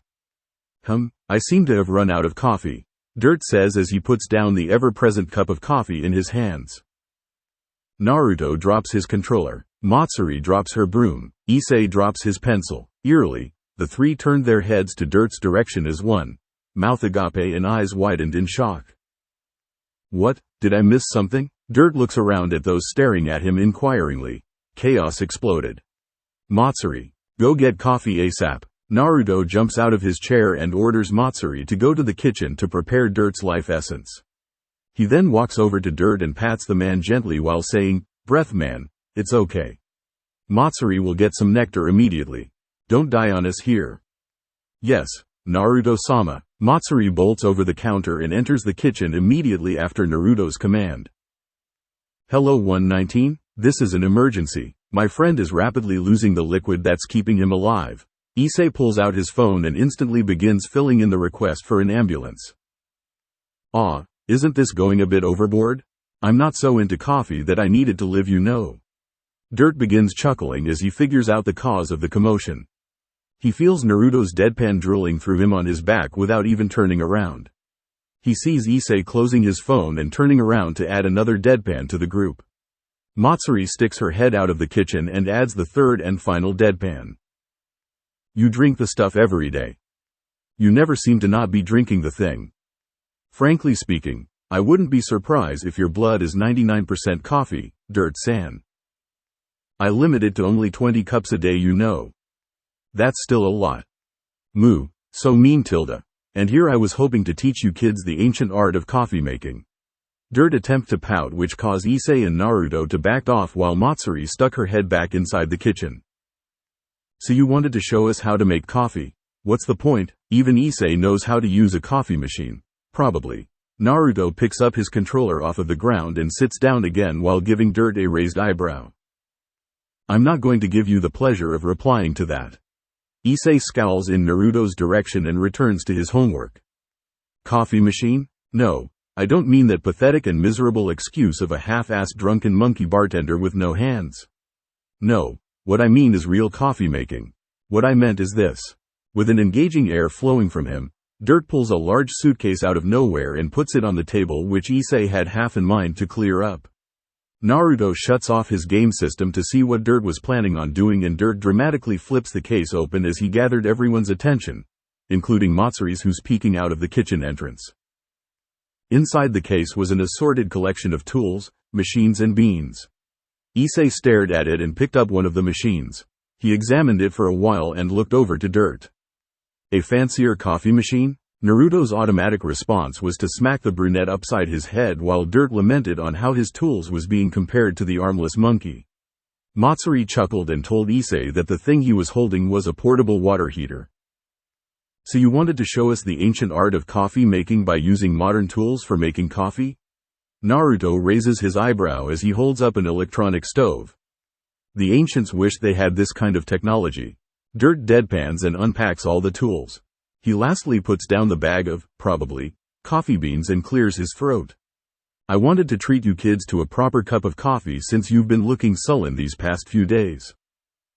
True to his words, the shop's atmosphere has been leaning from calm and relaxing to eerily quiet and downright depressing the past few days due to a series of unimportant and unrelated circumstances, such as Matsuri slipping and breaking some plates, Issei taking one too many beatings from various females that he and his friends peeped on, Naruto having finally finished all his dating sims and having nothing to do in Dirt. Well, nothing really happened to Dirt. Put together in approximately the same time frame, the sullen atmosphere was created without anyone realizing it except for Dirt.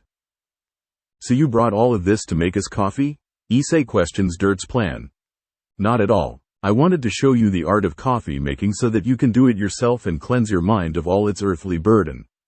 To wash away all the taint that depression had left you with through the cleansing effects of the black nectar of the gods. And you wonder why we call you a damn coffee addict. Naruto stares at the middle-aged man stonily. Everyone knows that ramen is the true nectar of the gods. To say otherwise is blasphemy.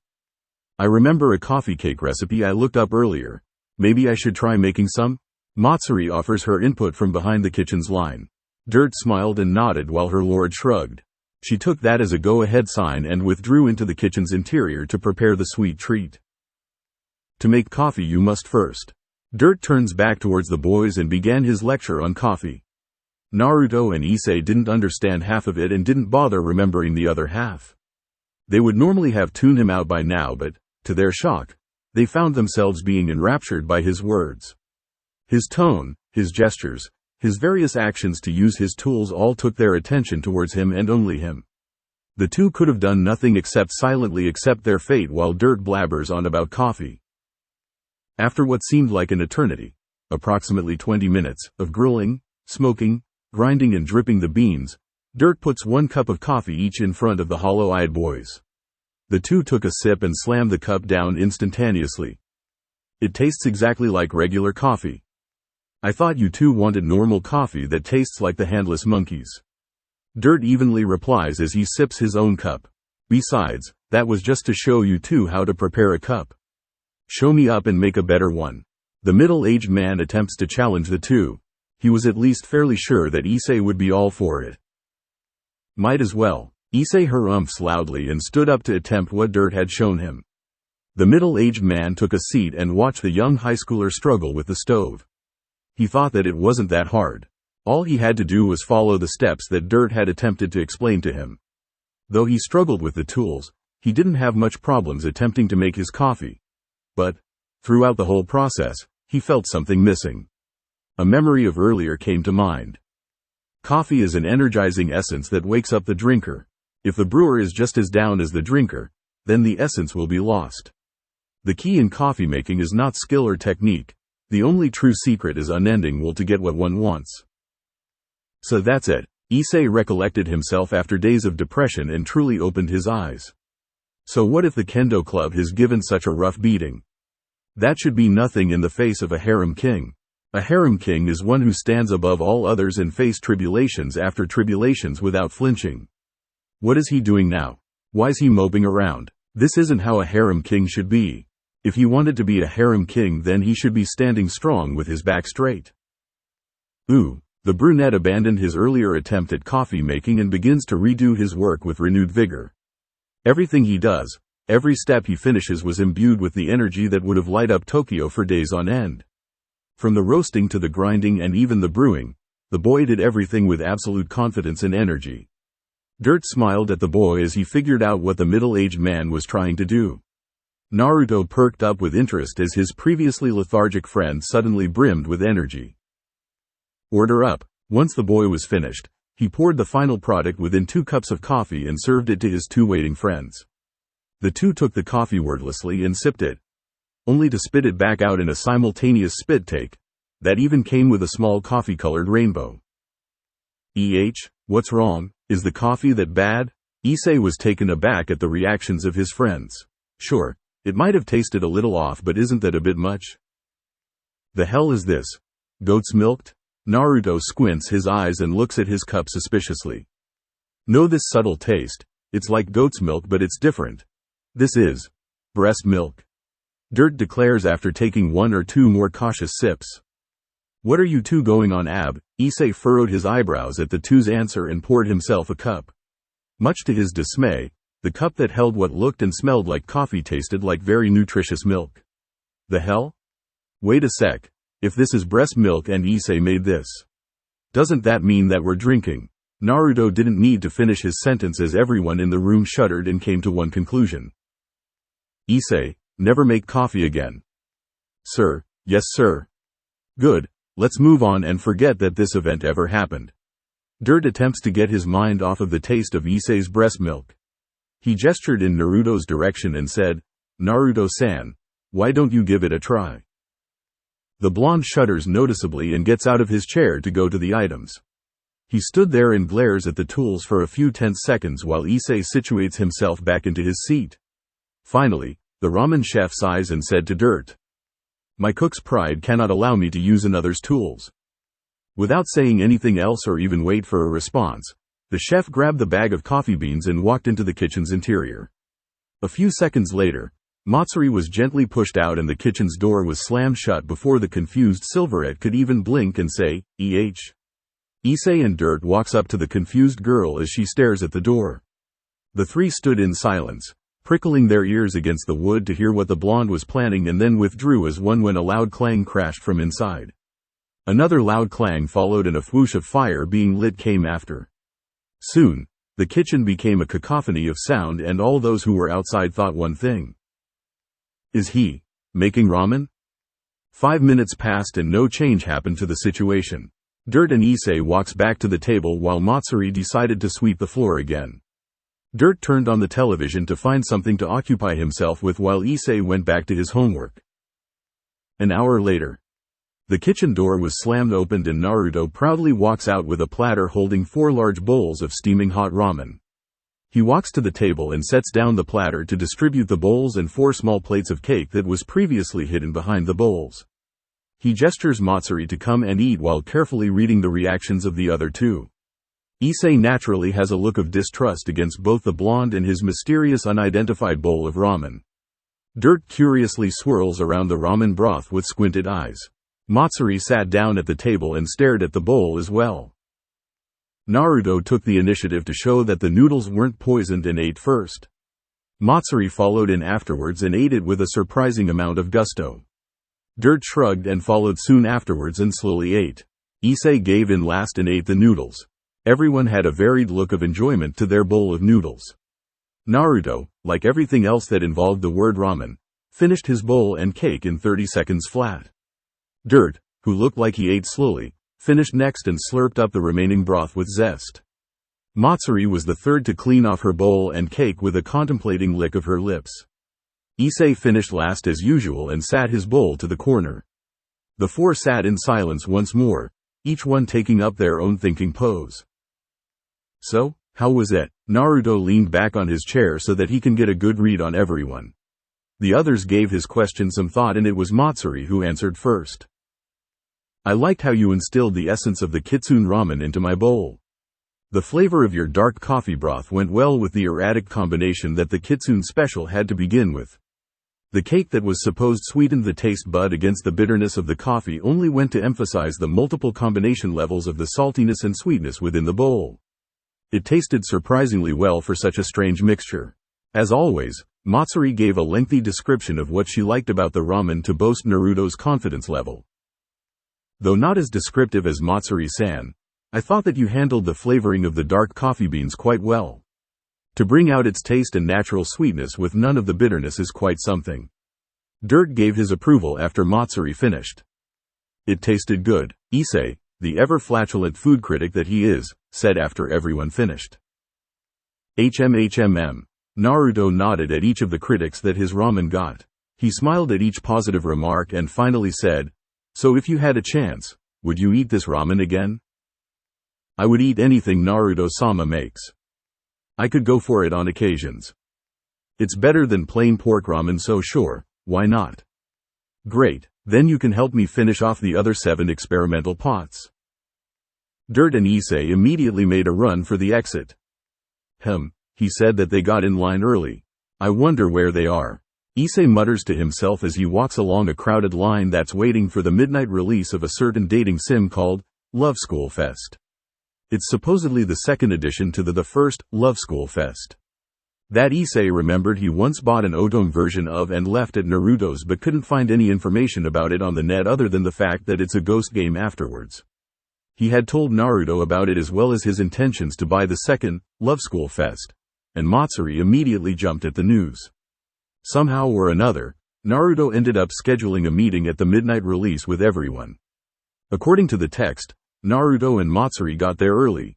Dirt came a while later and Issei was the last one due to his homework. Who knew Matsuri was a fan of that franchise? After walking past half of the crowd and still not seeing them, Issei pulled out his phone and called Naruto's. The blonde answered his phone on the third ring. Hey Naruto, where are you guys? You must be pretty far off if you haven't seen us yet. What do you mean by that? Just keep walking and you'll see what I'm talking about. Yawn. Geez, don't fall asleep before I get there. You're the one who planned this. At least have the dignity to be awake enough to buy the game yourself. Yawn. Sorry, it's just really comfortable. Comfortable? It's half raining out here. How are you for? Issei made a half choking, half snorting sound as he saw what Naruto meant. Aw, you're here. I see you over there. Hi Issei. A little distance off, Naruto started waving at Issei with one hand while he held a cell phone in the other. He was sticking his head out of a large orange camping tent that was big enough to comfortably hold 6 people. The tent had wheels under it and 2 oars sticking out on the sides. If that wasn't ridiculous enough, the smell of food that wafted out of the tent as he got closer sure made up for it. He ignored the weirded out look that he got from the other game buyers as he walked up to the tent and went inside. Aw, Issei-kun, just in time. The hot pot is almost ready. Matsuri greeted Issei as he walks in. She sat at the low-lying table in the middle of the tent while cooking the hot pot's broth. Naruto was at one side of the tent playing his portable GS and rolling around comfortably on a bunch of blankets like some sort of lazy overgrown house pet. Dirt was on another side reading a magazine while sipping his coffee. Seriously? Couldn't you have just waited in the line like normal people? Normal is overrated, Dirt begins in monotone, like it was a practiced line that he had prepared for this occasion. Eccentric people is what makes the world go round. Naruto finished with a smirk. Issei rolled his eyes and smiled in exasperation. He couldn't argue with that whimsical-sounding line. He walked over to Matsuri to help her with anything she might need help with. She asked him to prepare some plates and get the drinks from the cooler. He laid the plates and the chopsticks on the 4 sides of the table and filled 3 cups of ice for himself, Matsuri and Naruto. Dirt didn't need any as he already got his coffee. Another 5 minutes of preparations and Matsuri deemed it good enough to eat. Everyone, food's ready. Naruto Caterpillar crawled his way to the table and Dirt walked and sat down at the table. Once settled, everyone clapped their hands in unison and said, "Itadakimasu." Each one began chowing down their own food of choice. Dirt ladled some soup, Issei cooked some meat, Naruto got 2 eggs and Matsuri went hot pot shogun. It was a quiet meal that finished in roughly half an hour. Dirt volunteered to go throw away the disposable since he also needs a refill of coffee. Matsuri cleaned the mess within 5 minutes and Issei found himself with one problem. How's he going to spend the leftover 4 hours before the midnight opening? Naruto had his portable game, Dirt got his magazines. Matsuri isn't ADHD enough to lose her mentality after sitting still for more than an hour, but Issei has none of those features. He almost wished he brought some homework. Matsuri, as if noticing Issei's problem, tapped him on his shoulder and brought out a pink portable PXP system. "Issei-kun, would you like to help me clear some roots from the first Love School Fest? That I have trouble with? It's the Tsunere root that Naruto-sama refuses to touch no matter what." Matsuri gave a sort of troubled smile at Naruto's direction as the blonde noticeably becomes lazier in his fortress of blankets. Issei had to hold himself back from jumping the silver-haired girl while screaming, "Matsuri tilde. You're such a bro." 5 minutes into game on the Tsunere route was all it took for Issei to nearly throw the PXP out of the window hole. Whoever the hell thought that the idea of combining the cool and collected attitude of a Kuwadere and the abrasive words of a Tsunere was a good one ought to seppuku themselves. Seriously, there isn't even a noticeable root. What kind of bad end is it when the heroine hands the player a poisoned bento with the classic Tsunere line, "I had extra, it's not like I made it for you or anything." HMPH. Even Matsuri's eyebrow is twitching noticeably. So that's it. Yes, the heroine just has bad cooking capabilities. All we need to do is raise the poison resistance stat for our character before continuing her route. Yes, that must be it. Matsuri decided with a scary smile on her face.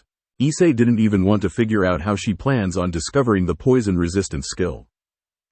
20 minutes in and Issei starts to slowly back away from Matsuri inches by inches. The Silverette was letting loose enough concentrated killing intent to cause illusions of death scenarios to happen from the corner of his eyes if he stayed close enough to her. So far, they discovered around 2/3 of the bad ends that was programmed into game and the heroine is still actively trying to kill them. First was the poison cooking, then came the accidental flaming arrow headshots. After came the real sword kendo fights and the bare-handed wrestling contest, with her pet bears, plural. The latest attempt that ticked Matsuri off extra hard was the Hyorin, accidentally dropping a pot of steaming hot ramen broth onto the main character from 8 buildings up. 40 minutes into game and Naruto joined in. He gave the Tsunere one look and said, "Creepy ass Uchiha bastard." Though neither Matsuri nor Issei knew what an Uchiha is, they both nodded in yes when they registered the emotions behind his voice. Naruto really did throw the PXP out the window hole when he saw the travesty she did to Ramen. Dirt walked in a moment later, rubbing his head and giving the group a raised eyebrow while waving around a pink PXP. The group silently crowded Matsuri as she continued to play. 1 hour and 62 bad ends away, the group cheered as the Tsunere finally admits that she likes the main character's hardiness and occasional company. They groaned again when she drugs them and sold them off to some shady black market. Make that 63 deaths. 30 minutes after the first hour, Naruto, following Kurama's advice, discovers the hidden immortal skill that was a major part of the Tsunere route. The only way to get it though was to save the world from space invading aliens while playing in a FNAL fantasy-like setting. The group groaned some more and Naruto said the thing that was in the group's mind. Who allowed the idiot that wrote the game script for School Love Fest to write the Tsunere route? 3 hours and 50 minutes into the game and everyone half-heartedly cheered aloud again for defeating the third and, hopefully, final boss to finish the Tsunere route. They then quickly braced themselves for the death that is to come following anything that is good within the Tsunere route. After 5 seconds of dialogue and no sudden death, the group relaxes by a tiny fraction and pressed on. Thank you for freeing me from the curse that has rid my mind. Though don't let it get to your head either. It's not like I like you or anything, HMPH. the in-game Tsunere said after kissing the main character on the cheek. Ah, finally. Something that's normal, tilde. Naruto basked in the normalness of the scene that played out before him. Finally, we finished this game fully. Matsuri puts down the PXP and gives a wistful smile at it. It felt good to finish one of her sister games, even if it wasn't School Love Fest. Ha ha ha, the anxiety of the game shaved off half of my coffee cup. That was truly a mind-boggling game. Dirt laughs and leaned against the tense wall to relax. Wait a minute guys, there's still some more text after the ending credits. Issei told his friends and clicked the go button. Though, that doesn't mean I won't kill you now, tilde teehee. The ending credits was dyed in the blood of the main character and the screen showed the familiar bad end text that everyone knew by heart. Everyone held a shocked face for a few seconds before screaming aloud, "Damn Tsunere!" Just as the midnight bell rang for the opening of the second, Love School Fest. Incidentally, and much to everyone's horror, the second game was held in the future of the first game and had the Tsunere as the mother figure. The first 3 minutes were filled with blood and bad ends.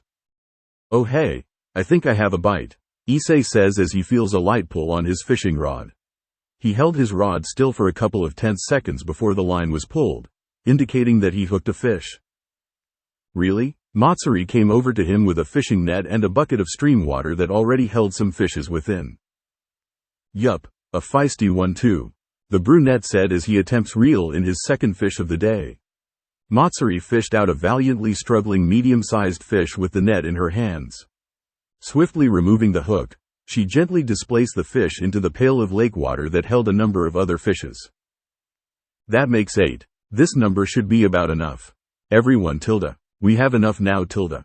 Matsuri calls out to the other 2 fishers from further along the stream. Dirt jolted awake from his nap and knocked over the fishing rod that was being held to his side by 2 big stones. The middle-aged man looks around and half-heartedly wipes off his dribble before his brain starts to process what's happening around him. Naruto looks at the fish within his hand, shrugged and threw it back into the water. He then started to waddle back to shore to dry himself off and throw on the rest of his clothes. Apparently Naruto logic equates that all ninjas must have a semi-tolerable mastery of bare-handed fishing techniques. I'll start making the dough and noodles, the blonde said as he walks to the table that held the ramen supplies Matsuri had spread out earlier. I'll start on the broth, Matsuri declares as she follows Naruto to the table.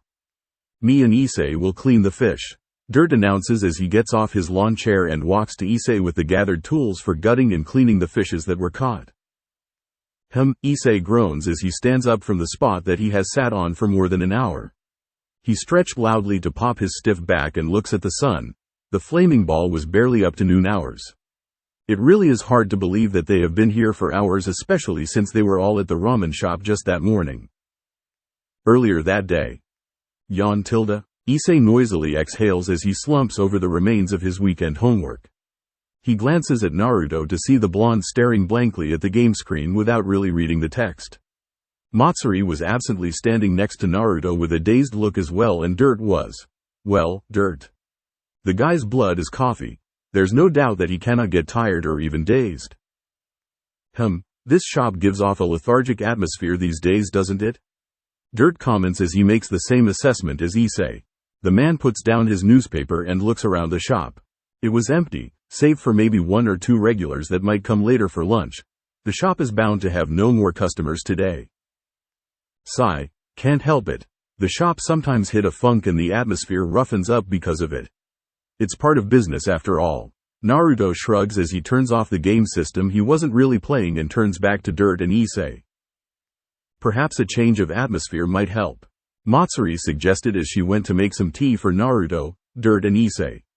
The 3 turn to her to have her add some details and she explains, "We haven't gone out to do anything fun in the sun for a while now. At most, each of us stay out for an hour to do a task before cramming ourselves back into the shop. In fact, the last time I remember us doing anything outside was when we went to buy the second, Love School Fest game. Therefore, I suggest that we do something fun this weekend to liven ourselves up." The 3 males in the room shivered in phantom pain as they remembered the train wreck of a game that was Love School Fest. "It's fishing season and I know a good spot a little west of here," Naruto suggested as he remembered a certain forest in his memory. If he remembered correctly, there was multiple streams and lakes that could have made a good camping spot. What a coincidence. I happen to have the camping tent and fishing gears required for a weekend stay in the woods in my van. Dirt throws in as he supports the first idea to do something active. Playing games in fun but being in the sun might not be so bad. Guess I'll call my parents to say I'm going to be out with you guys for a while. Issei gets up and pulls out his phone while walking to the entrance to get a better signal. He paused while dialing and turns back to the blonde. Hey Naruto, can I borrow some of your clothes? It'll be kinda inconvenient to go back to my place and get some. The blonde shrugs and asks Matsuri, who's already going upstairs, to pack a few extra pair of clothes for Issei. Would you need any extra sets as well, Dirt-san? Matsuri asks the middle-aged man. He shook his head and pulled a duffel bag filled with clothes and other necessities. The girl nodded and continued her trudged upwards to prepare for a small trip. It took 10 minutes total for Dirt to pull up the van, Matsuri to pack everything and Naruto to close down the shop for the weekend. Once everyone was comfortable and seated, Dirt turned on the van's engine and started nudging the gas pedal forward. In Dirt's van. Oi, at least slow down, there's a curve coming. Issei held on for his dear life as the middle-aged madman drove a van far past its built-in limits. The manically grinning man stepped on the pedals of the van at seemingly random intervals for the car to gain even more speed before strongly twisting the wheel. The car drifted on the road and, for a moment, Issei leaned out the window due to the momentum and saw the railings scarce millimeters away from his door. He was slammed back into his seat as the car regains its course and continued accelerating on the mountain paths that were full of turns. Ding! Someone stop this man already. Ahahaha. The fun is part of the journey, Issei-kun. Dirt laughs off Issei's plea for salvation and pressed the gas pedal even more. According to the GPS, the next curve is in 2 minutes at normal speed limits and roughly 30 seconds at his speed. Naruto-san, Matsuri-san, can you move to the left this time? We're about to make another turn tilde. Naruto grimaced as he moves himself and by extension, Matsuri, who was sprawled out half-conscious on his lap. He barely made it to as Dirt pulled on the wheel the very instant his butt touched the leather seating. His left hand shot up to grab the handbar above the door's window while his right hand was used to hold on tightly to the slightly more unconscious than before Matsuri. He grunted at the sharp turn that should definitely not be possible with a van. Matsuri groaned a little and he patted her back to calm her nauseousness. Issei, who had a front row seat, made a sound that almost reminded the blonde of a dying toad. His face looks like one too. Ahahaha, see, isn't this fun? Dirt airily laughs as he took the time to accelerate the van some more on the temporarily straight path. Naruto popped a comical red vein and Issei spazzingly twitched. Like hell it is. Really? I like it. Only you Kurama, only you. Naruto mutters lowly as he braces himself and Matsuri for the next turn that was coming up. Matsuri whimpers as she hopes that Kurama-san didn't somehow encourage Dirt to attempt any crazier road tricks than what he has already shown. Evening at camp. Slurp. This turned out pretty good for some impromptu ingredients. Naruto assesses his ramen bowl as he shovels the thing down his throat similarly to that of a starved whale. The stock made from the fresh fish definitely enriched the flavors. Matsuri confirms as she delicately sips the broth that was her handiwork. She had uneven feelings about not having the full arsenal of kitchen spices and utensils to use, but the soup that she's tasting is potentially better than even most of her better works. Does anyone want some coffee? Dirt offers up a freshly made pot of coffee. Naruto held out a cup and Matsuri declined politely. Issei rolled his eyes and muttered something about the weirdness of drinking coffee at night. You know, aren't we supposed to be camping in the middle of the woods? Why are we eating ramen? Issei finally throws in his voice of reason at the strange setting. Here they were, roughly 3 hours, Dirt's measurement, away from the nearest piece of civilization, surrounded by trees for hours worth of walking, having nothing to illuminate them but the stars and moon in the sky, and what were they doing? Eating ramen. Seriously, at least have the decency to make marshmallow s'mores and cracker or something. No wait, Naruto would probably attempt to turn the marshmallows into stock for his ramen. This might actually be the better route, however strange it is. In essence, ramen is the refinement of the raw materials of the earth. In order to embrace the true feeling of camping, one must also embrace his love for Mother Nature and henceforth, ramen. This is truly the only way for us campers to truly bring out the truest quality of this journey. Naruto sagely says while stroking his blonde Fu Manchu. Coffee is also an refinement of the earth. You should start embracing that as well, Issei-kun. Dirt wisely inputs while offering the pot of warm coffee once more. Tea is earthly as well. Matsuri, who didn't want to be left out of the conversation, inputs as well. The silver-haired girl refilled Issei's half-empty teacup and smiled when the brunette thanks her on pure instinct and well-worn manners. This ramen is pretty good. Yeah. Nighttime inside the tent. Good night, Issei. Good night, Issei-kun. Good night, Issei-kun. I really don't want to ask, but what the hell are you guys doing? All eyes turns to Issei, who is curled up in his sleeping bed, as he asks the question. They all gave Issei a questioning stare as if to ask if it wasn't obvious enough. Issei answers with a deadpan stare. As you can see, we are obviously playing a game. Naruto answers with a raised eyebrow. Yes, I can clearly see that. However, what I'm referring to is, Issei twitched his hand to point at the device which his three tent mate are using to play their game. The huge-ass flat-screen plasma television. How am I supposed to sleep like this? I guess we could lower the brightness and resolutions. Matsuri inputs as she discovers her friend's dilemma. No, that's not it. I meant what the hell is a flat-screen television doing in the middle of the woods? How is it even functioning with no electrical supply? Actually, how did you even bring that thing without me noticing? Oh, so that's it. Well, Issei-kun, this is no normal everyday huge-ass flat-screen plasma television. This is special huge-ass flat-screen plasma television. Issei raised an eyebrow. Through the power of a whole lot of cash and even more whole lot of bullshit science, my company has completed the anti-energy powered technology. The first ever in the line of gadgets to be able to run on the power of not having any power. Don't ask how that works, I don't know either. Dirt proudly pats the television with pride. He then turns to Issei and says, and besides, you were the one that carried it here, Issei-kun. Issei stared at Dirt with a flat face and muttered, so that's why it was so heavy. Then he stared at Matsuri, and then Naruto. The brunette heaved a great sigh and crawled his sleeping bag over to the group. So what games are you playing? The second morning. Crash. Issei woke up with a jolt as a loud crash resounded in his surroundings. He took a moment to pull his mind from the barrier between awake and unconsciousness and looked around. The first thing he noticed was the demolished tent that he, Dirt, Naruto and Matsuri had slept in. He then noticed that he wasn't in said shredded tent. He then felt himself being shifted and looked down to see the ground. He looks to his side to see Matsuri holding one hand on his shoulder and another against a tree's trunk. It took him another moment to figure out that he was on a branch of a tree. Why? What happened? Wah. Shish, lower your voice, Issei-kun. We can't afford to attract the enemy. The silverette holds one finger to her mouth and spoke in a hushed tone. What's happening? Finally getting some bearings, the brunette asks the girl in a hushed tone. Crash. We attracted a bear and some wild scavengers with the lingering smell of yesterday's meal. The girl says as she immediately turns her head to another crashing sound from nearby. Issei turned his head towards the sound as well and saw a huge white tiger slam into a tree and make a giant gash with its claws.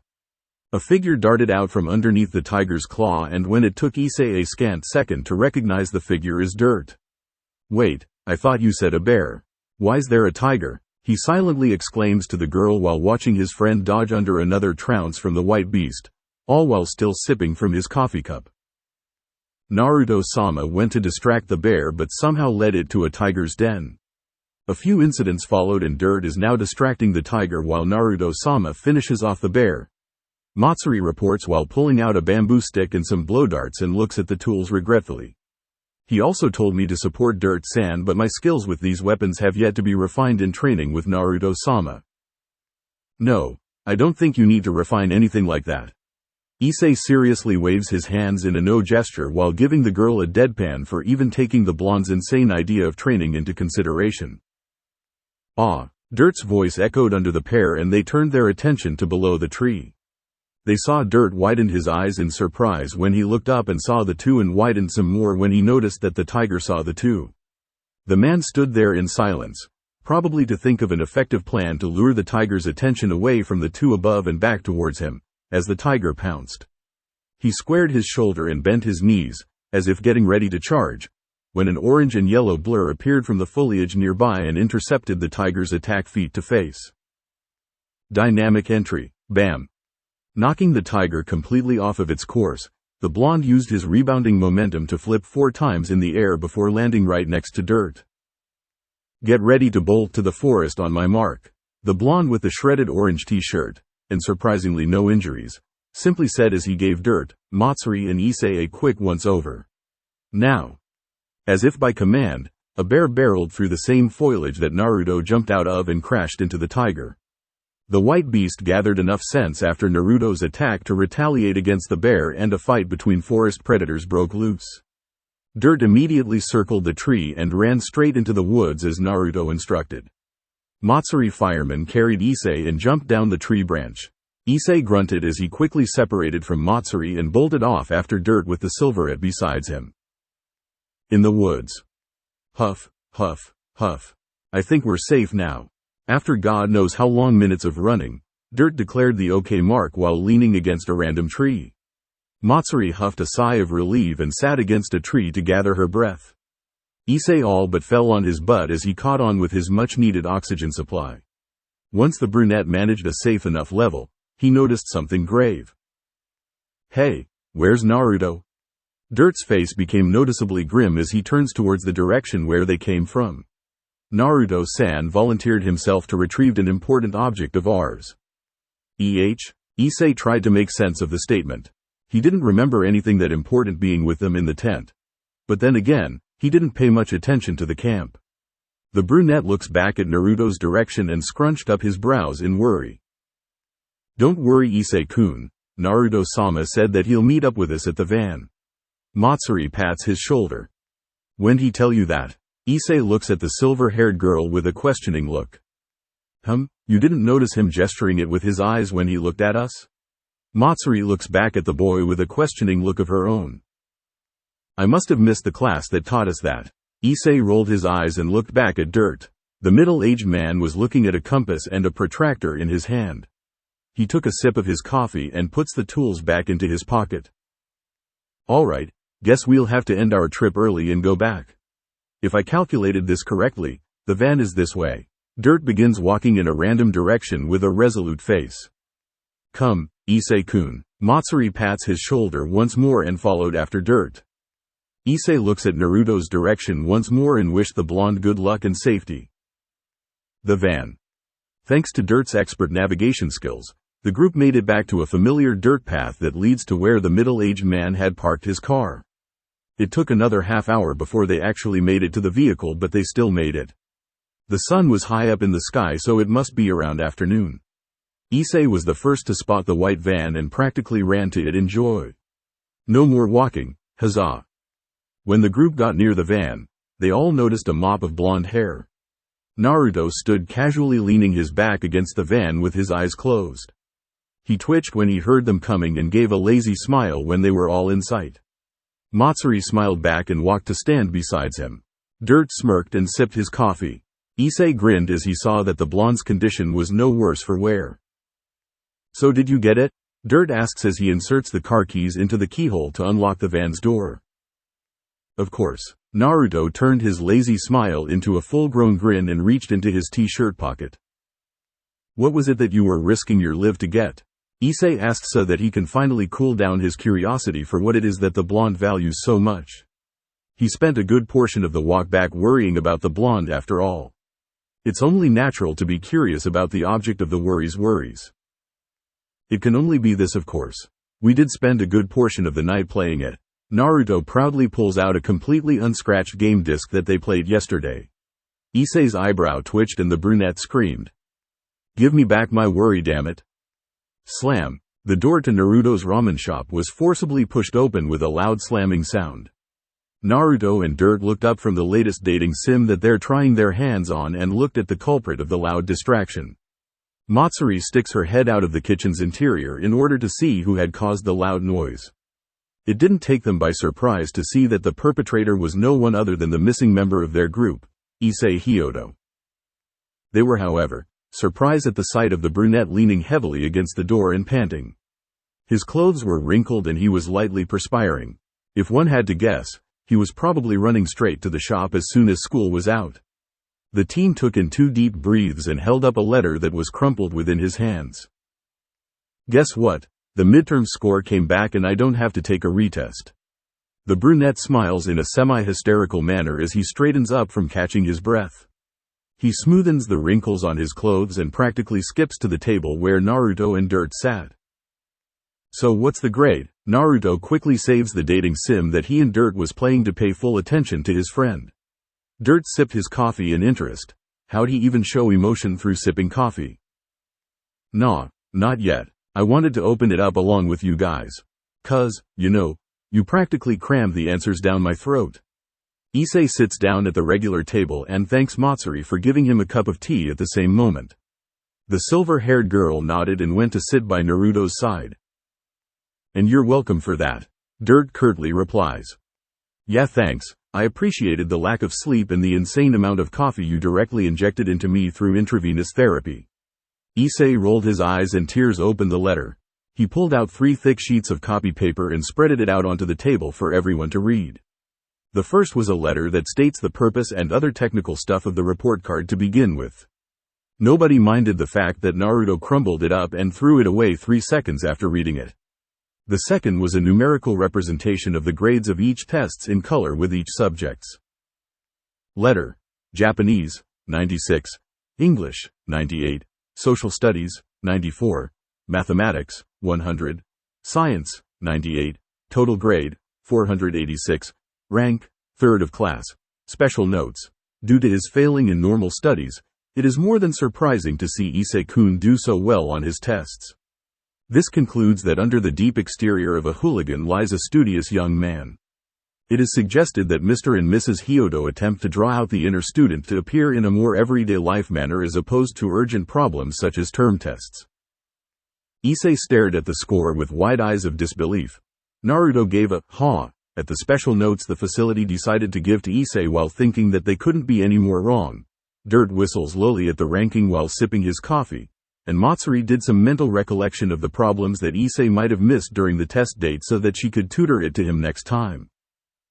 How is it possible that I've got such a high grade? Issei finally found his voice after a moment of silence that followed each grade looker's reaction. He tried to remember the hazy memories that were associated with the test. Though he did accomplish to most of the questions given, there were a few that he was sketchy on but still decided to wing. Matsuri only actively went out of her encouragement zone to discreetly help him cheat when he's having too much of a hard time trying to solve a problem, which was only 3 times, if he remembered correctly. High 80s were what he was expecting, at most. It would be surprising if you didn't get such high scores. After all, Matsuri dedicated quite a bit of time for hacking and organizing in order to gather up the study materials you had to go through. Naruto looks at the grades and scowls at the fact that Issei didn't make rank 1 on this attempt. He made a mental note: make the brunette study more efficiently for the next test that's coming in a month or so, the finals. Still, for Issei-kun to actually remember his crammed-up study materials, maybe the special notes is onto something. Dirt smiles as he hints the blonde to help Issei bring out his inner student. Issei caught onto the hint and glares at Dirt, as if to tell him to shut up before the blonde gets any idea. Anyways, what's this third letter? Matsuri held up the third piece of paper on the table. It was a letter that was addressed to Issei. Matsuri looked in Issei's direction and the brunette waved his hand to silently allow the girl to read the letter aloud. Letter. Dear Hyodo Issei. Congratulations on getting 3rd rank in your class. It is a pleasant surprise to see that a student who's worried us so much do so well on his test. Especially when said student have tied up to the measures of 2 other student council members whom have received our tutoring. It gives us great pleasure to applaud your efforts to show your academic excellence and show us why you belong to Kuo Academy. On the basis of your excellent test grades, The Student Council would like to extend a cordial invitation for you to become a member of Kuo Academy's Student Council. Here, we will be able to help you in any academic endeavors as well as curbing your capricious habits to make you into a model student. We hope that you'll consider this opportunity. Sincerely, Student Council President Suna Shitori. Issei was once again slack-jawing himself by the time Matsuri finished reading the letter. He was being invited to join the Student Council? He was being invited by cool and charismatic president of Kuo Academy to join the Student Council? Him, the teenage student who gets himself sent to after-school detention every other day of the week for peeking, was being cordially invited to the Student Council? So you're thinking of joining Issei-kun? Dirt asks as Issei adopted a semi-serious thinking face. I don't know, maybe. Issei hesitantly answers the middle-aged man's question. They're only inviting me because I made a good grade on the midterms and gave them the impression that I'm a capable, if lazy, student deep inside. If I join them, I might become a more serious student and it might do me some good. Though, I'm hesitating because feel like I might screw something up. What do you guys think? Dirt, Naruto and Matsuri then adopted a semi-serious thinking face as well while imagining what would happen if Issei became a part of the Student Council. Naruto even pulled out a few pieces of paper to draw it out. The female council members would probably quit on the first day. Letters requesting ridiculous things such as a change in dress code to bunny girl outfits for the female side would increase exponentially. The school buildings being remodeled so that anything female related will have two-sided see-through glass installed to every wall. The hedges and tree grooming will all be trimmed so that the plants will all have an Oppai-ish shape.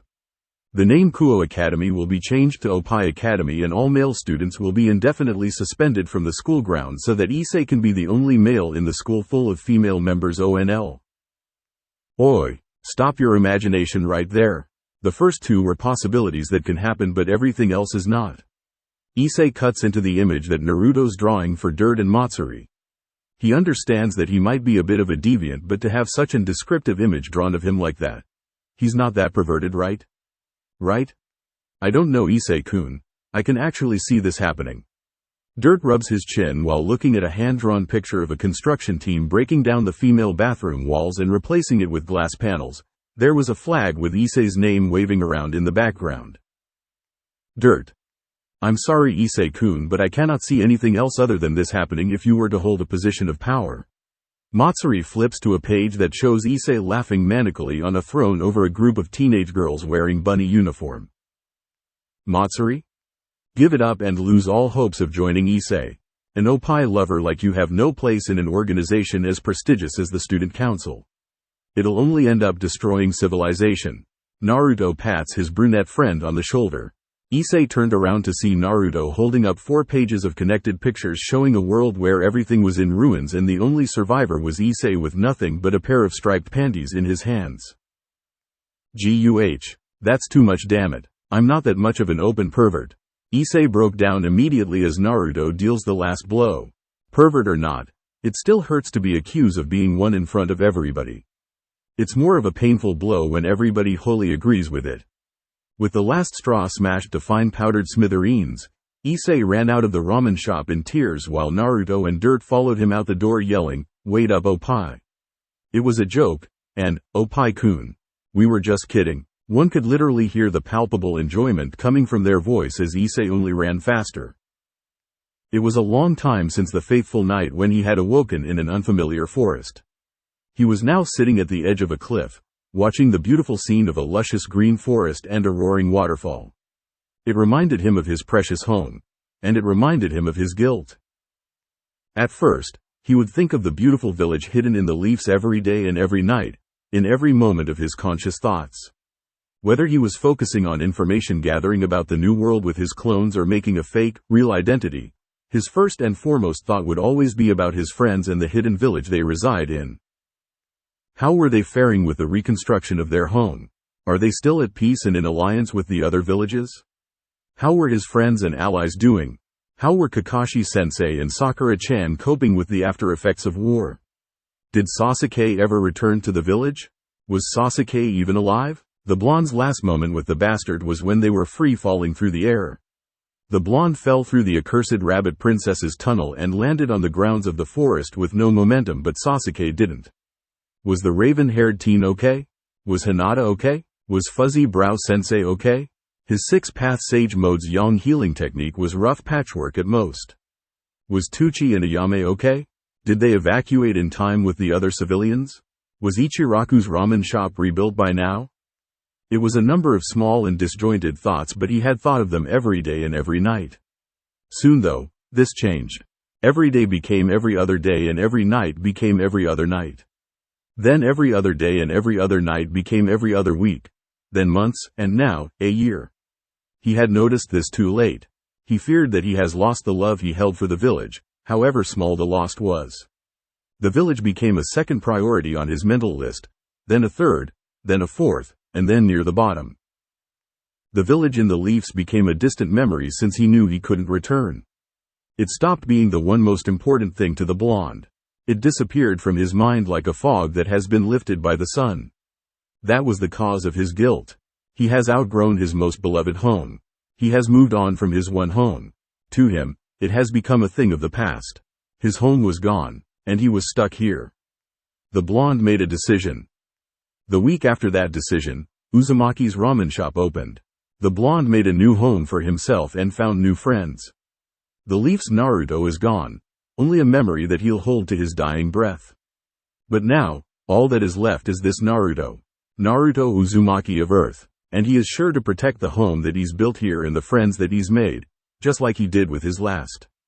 This is his will of fire. Class, please turn to page 53. Matsuda-kun, can you read the third paragraph for me?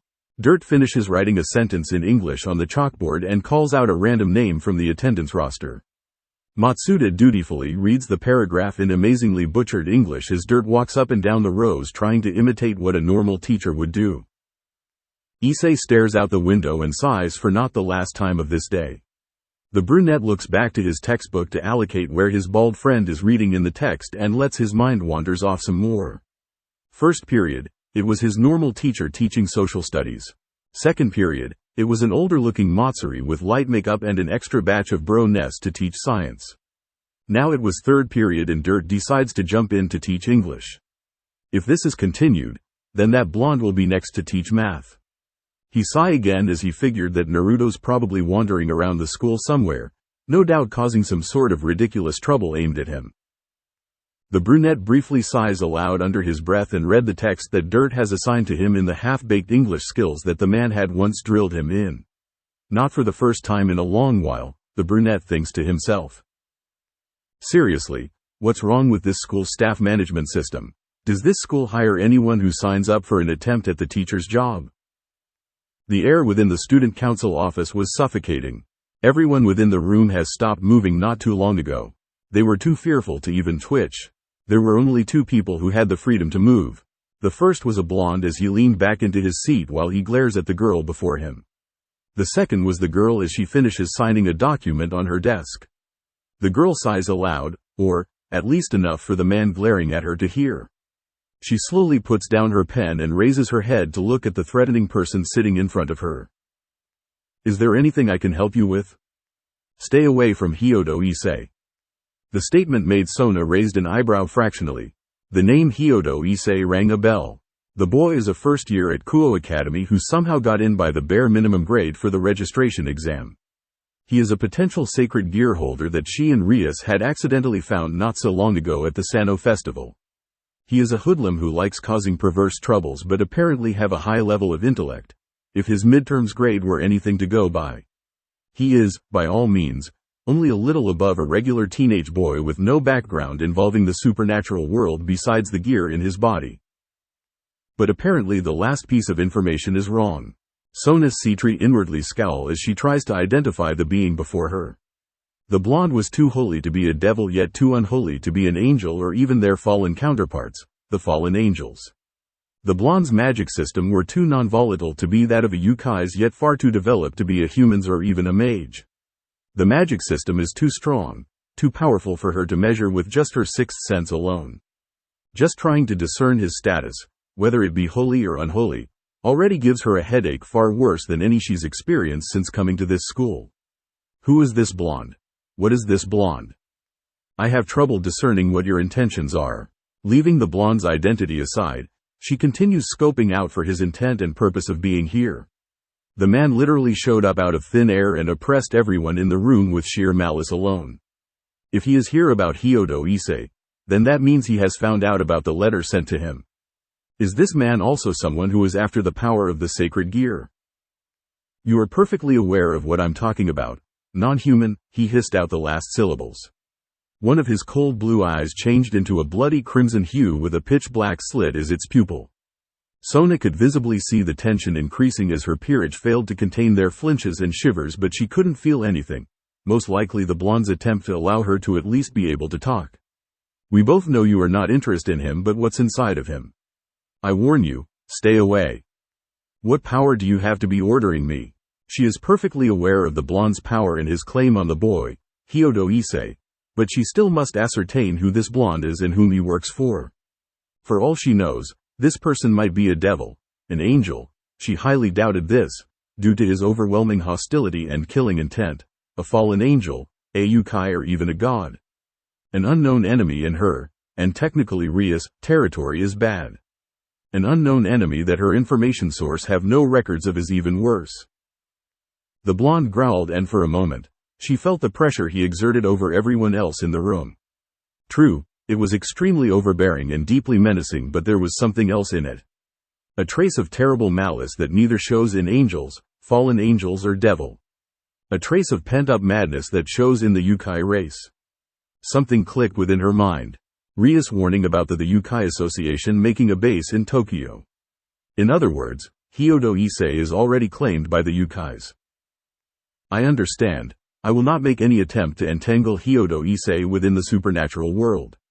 Is that satisfactory? She inwardly sighs when the blonde grunted his approval and disappeared the same way he appeared, out of thin air. There was no teleportation circle or even a trace of magic being used, but the blonde's presence completely disappeared from everyone in the room's senses. She rubbed her temples as she asked her slightly disoriented vice president and queen, Tsubaki, to get her childhood friend, Rias. It would not do well for the redhead to draw the aggravation of the neutral Yukai Association into the three factions that are already feral for each other's blood. Do you think that will be enough, Kuruma? I doubt it. Isn't that why you gave the perverse brat a Gudama? For protection? Somehow, I fear that isn't enough. You can't keep watch on him, for every moment of the day. This is all you can do. Then that means I still haven't done enough to protect my friend. Stop worrying, brat. Isn't it your motto? To deal with the problems as they come? Yeah, I guess I'm worrying for nothing. Thanks, Kurama. Z's. He, deal with it as they come, huh? Naruto puts on a rueful smile. Guess I really shouldn't bother worrying. Now then, I think lunch is about to start soon. I better find a good spot to eat. One random night. Are you sure we should be doing this? Issei asks for the XTH time that day as he looks out from behind a dead light pole that he's hiding under. The question is, why haven't we done this earlier? Naruto harshly whispers back as he huddles up against the walls of an alleyway near Issei's light pole. It really didn't work out for him as his ninja garb, his bright neon orange jumpsuit. Naruto-sama, the coast is clear. I've managed to infiltrate this block's camera systems and am now replaying the scenes from 10 minutes back. You are now free of all electronic surveillance. Matsuri's slightly static voice spoke through the blonde's and brunette's earpiece. The girl herself was dressed in her normal wear back in the Uzumaki's ramen shack with a laptop running random codes on the screen and a headset on her head. Good job, Matsuri. Issei, let's go. Naruto jumps out of the alleyway and immediately moves towards the place of target. He weaves himself in and out of the lights and shadows and kept his body moving at a low angle, becoming nothing more than a blur, a really bright orange blur, but a blur nevertheless. Issei gives his blonde friend a deadpan look and walked after him, abandoning all pretense of trying to hide himself in the darkness of the night. When he finally made it to where his friend stopped it, he sees the blonde intensely studying an electronic lock. That looks hard to crack. Is Matsuri going to put her hand on that too? No, this is a model that I'm familiar with. I know exactly how to crack it open. The blonde mutters aloud to Issei before getting on his knees and lugging off his neon orange backpack. He rummages through the weighty pack before pulling out A mallet. Wait, stop. Issei jumps forward and holds Naruto's arms back as the blonde made the motion to swing the chunk of metal on a stick towards the electronic lock. Once he's ascertained that Naruto was not going to attempt to scrap the piece of technology, he immediately scolds the blonde in a hushed tone. What the hell are you thinking? Do you want to get us arrested? No, wait, this whole plan is going to get us arrested to begin with, but do you want to add more to our already growing list of criminal charges? Naruto tilts his head at Issei's action before looking down at the mallet and widened his eyes in understanding. Ah, you misunderstood, Issei. I wasn't planning on breaking in that way. Here, look. He slowly puts one of the mallet's faces near the lock again and watched as the tool Dirt gave them earlier for their mission worked its charm. Wah! Issei watched in awe as the unassuming mallet within his blonde friend's hand started humming and clicking mechanically. The side that was facing the lock opened up and began shooting some sort of blue light laser for a few seconds. It stopped when a beep resounded from somewhere inside the machine. Something inside the lock beeped as well and a click could be heard immediately afterwards. Naruto reaches his hand at the handle of the door and gently twisted it to test if the mallet did its job. Seeing no problems occurring, Naruto nodded to Issei before swiftly opening the door and rush inwards. Issei sighs again and follows the blonde while silently whispering, "Sorry for the intrusion." It's not exactly the right thing to say at this moment, but it's the feelings that counts after all. The place that the pair is raiding has 8 newly polished tables within it, neatly organized for efficient traveling, and a marble counter near the left middle area. Each table has an open box on it that holds chopsticks and spoons. There were posters of food being displayed in a beautiful manner and red price tags on them littered all over the walls. The air smells like Naruto's breath after lunch break. Yup, it's just as Matsuri briefed to him. They really are raiding a fellow ramen shop. Reasons? Naruto's claim in that this newly opened shop has been stealing his hard-earned customers through cheap tactics and he's here to put a stop to it. Issei claims that this whole pursuit is complete bullshit, but further discussions were denied by President Dirt, via age seniority, another thing that Issei called bullshit on, until the next meeting, which is scheduled for Songwin next year on the 13th of Never. Issei followed the blonde as he sneaks behind the counter and walks into the kitchen area. From his own experience of raiding Naruto's kitchen, he would deem that the place is around the same size, if not slightly bigger. He spotted Naruto not so cautiously tossing aside some pots, pans, utensils and kitchenware in order to look through every drawer and cabinets he sees. Aha! I have found the book that holds their secrets. Issei, let us be gone before they realize our presence here. Naruto opens the kitchen window and jumps out of it, leaving a complete mess of what was once a respectable kitchen. Seeing as he already made enough of a mess today just by following Naruto, the brunette felt that another deed undone wouldn't really tip his karma scale. Issei immediately follows Naruto out of the window not a second later. In Naruto's and Matsuri's room. So this is the book that holds all their secrets, Naruto says as he roughly flops down a nondescript brown journal on the only low-lying table in the room. It looks more like an ordinary accounting booklet to me. Issei, who's sitting across from Naruto, skims through the book for anything important looking and only found a list of ramen ingredients and their prices. Judging from Naruto's intelligence, insanity, level however, Issei wouldn't put it past the blonde to actually be able to make some sense out of this. Ah, that's where you're right and oh so wrong, Issei. Nothing is ordinary if you look underneath the underneath. Naruto folded one arm underneath his chest while having the other one nudge up the glasses on his nose, when he put that on, so that the light shines off of them and hides his eyes. Unless this booklet turns into porn mag starring Kiko Kagadawa, I'm not willing to go through the trouble of trying to understand any of your cryptic mumbo-jumbo. Ah, what Naruto-sama is trying to say is that there is always a deeper meaning to everything, even when it is something as ordinary as this notebook. If we are to trace the ingredients that are used to entice our customers away, we might be able to find a way to bring them back. I think. Matsuri sets down 3 cups of tea in front of everyone in the room, Dirt having left earlier due to some important work and sat next to Naruto. That's exactly right, Matsuri. Now then, without further ado, Issei, read off the list. The blonde pats Matsuri's head and exasperatingly points at Issei with the command. Yeah, let's just get this over with. Let's see now. Issei rolls his eyes and turned to the first page so that he could read it aloud. February 23rd, supplies order delivered, 4 large bags of flour, 50 pounds of organic beef, pork and poultry, 4 boxes of freshly packaged eggs, 2 fresh immigrant slaves, 10 pound of salt, pepper and assorted spices, 10 package boxes of Mama Yum Yum special broth, 15 pounds of seaweed, 20 pounds of fish, shrimp, scallops and assorted seafood, 4 pounds of love, 10 pounds of beans and corns, 30 sticks of fresh butter and 3 boxes of menma.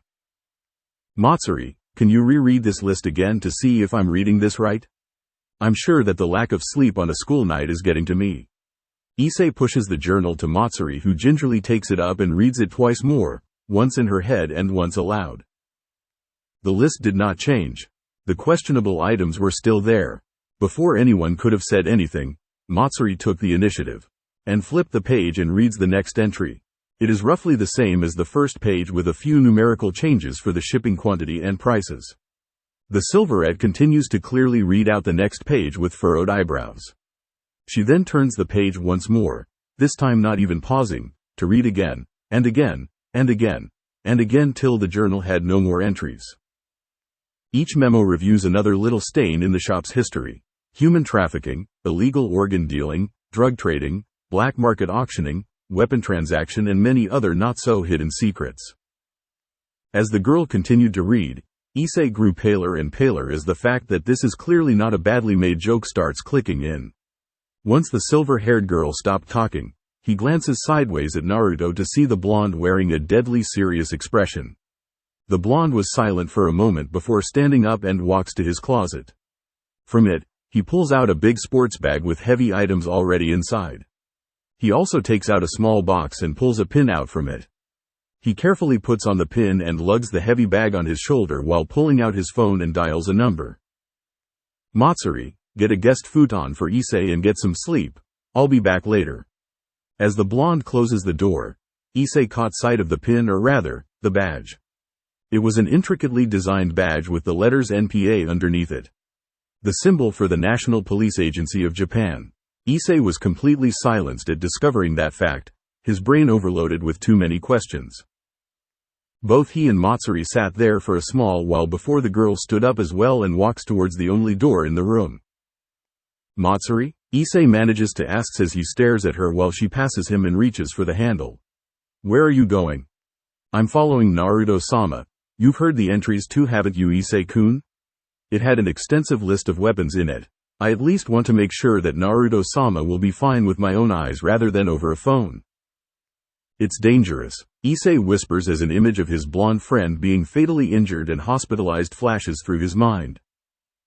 I know. That's exactly why I wish to see Naruto-sama safe and sound with my own eyes rather than waiting in slow, mind-numbing patience. With her piece said, she opens the door and walks out. Before the door could have completely closed, Issei stood up and pushed it aside once more. He twisted the lower handle's lock and closes the door, hoping that the upper lock wouldn't be needed.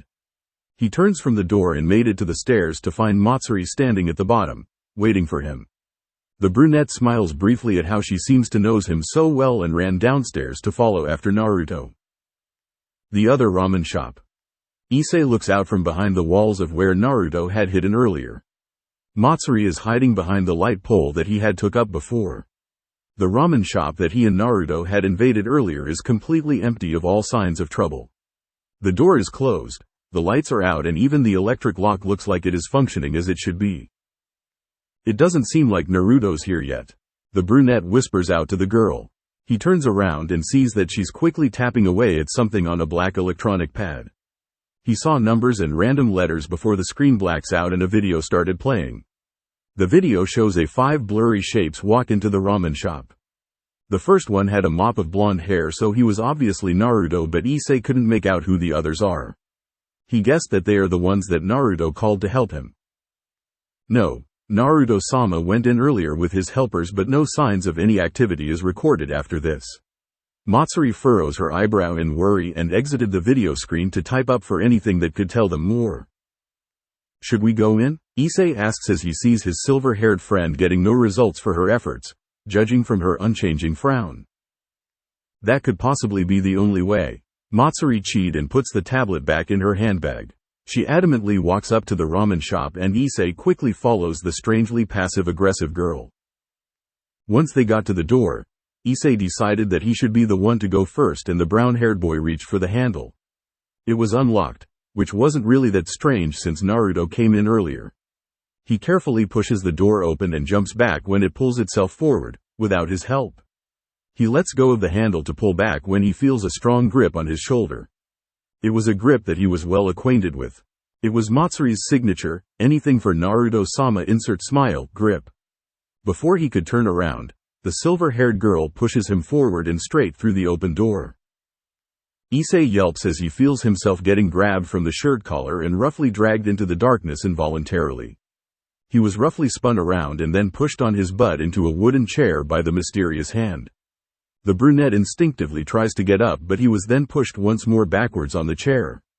The chair is stopped a moment later, and before Issei even squeaked at the impact, he was roughly blindfolded. It was only around now that he starts hyperventilating. His brain is completely overloaded with what's happening so far and he has no way of processing any of what's happening to him, besides the fact that he's being manhandled.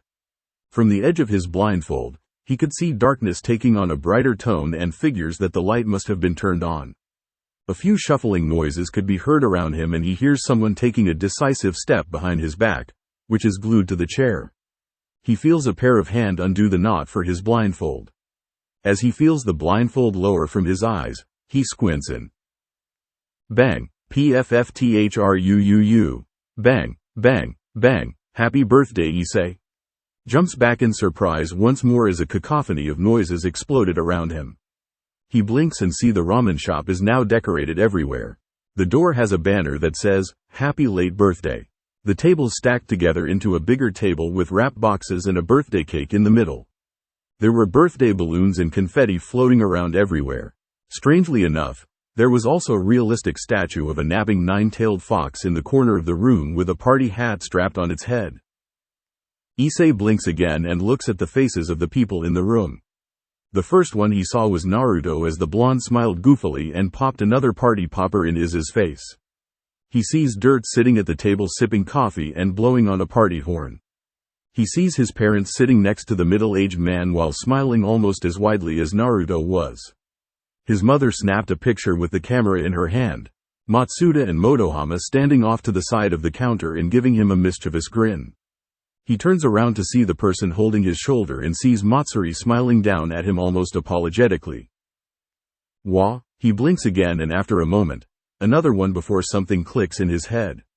It was a surprise party for someone's birthday. It was his birthday today. This is a surprise party. For his birthday. Ding. This is too much, damn it. Issei sheds his tears and cries aloud. Whether it was out of anger or happiness, even he did not know. Either way, he refused to talk again for 10 minutes until Dirt gave him his present as an appeasement offering. Naruto's birthday ramen cake tasted surprisingly good, not that he told the blonde. He was still mad at the damned whiskered teen for giving him an almost heart attack. Really, to celebrate his birthday that passed months ago. What was the blonde thinking?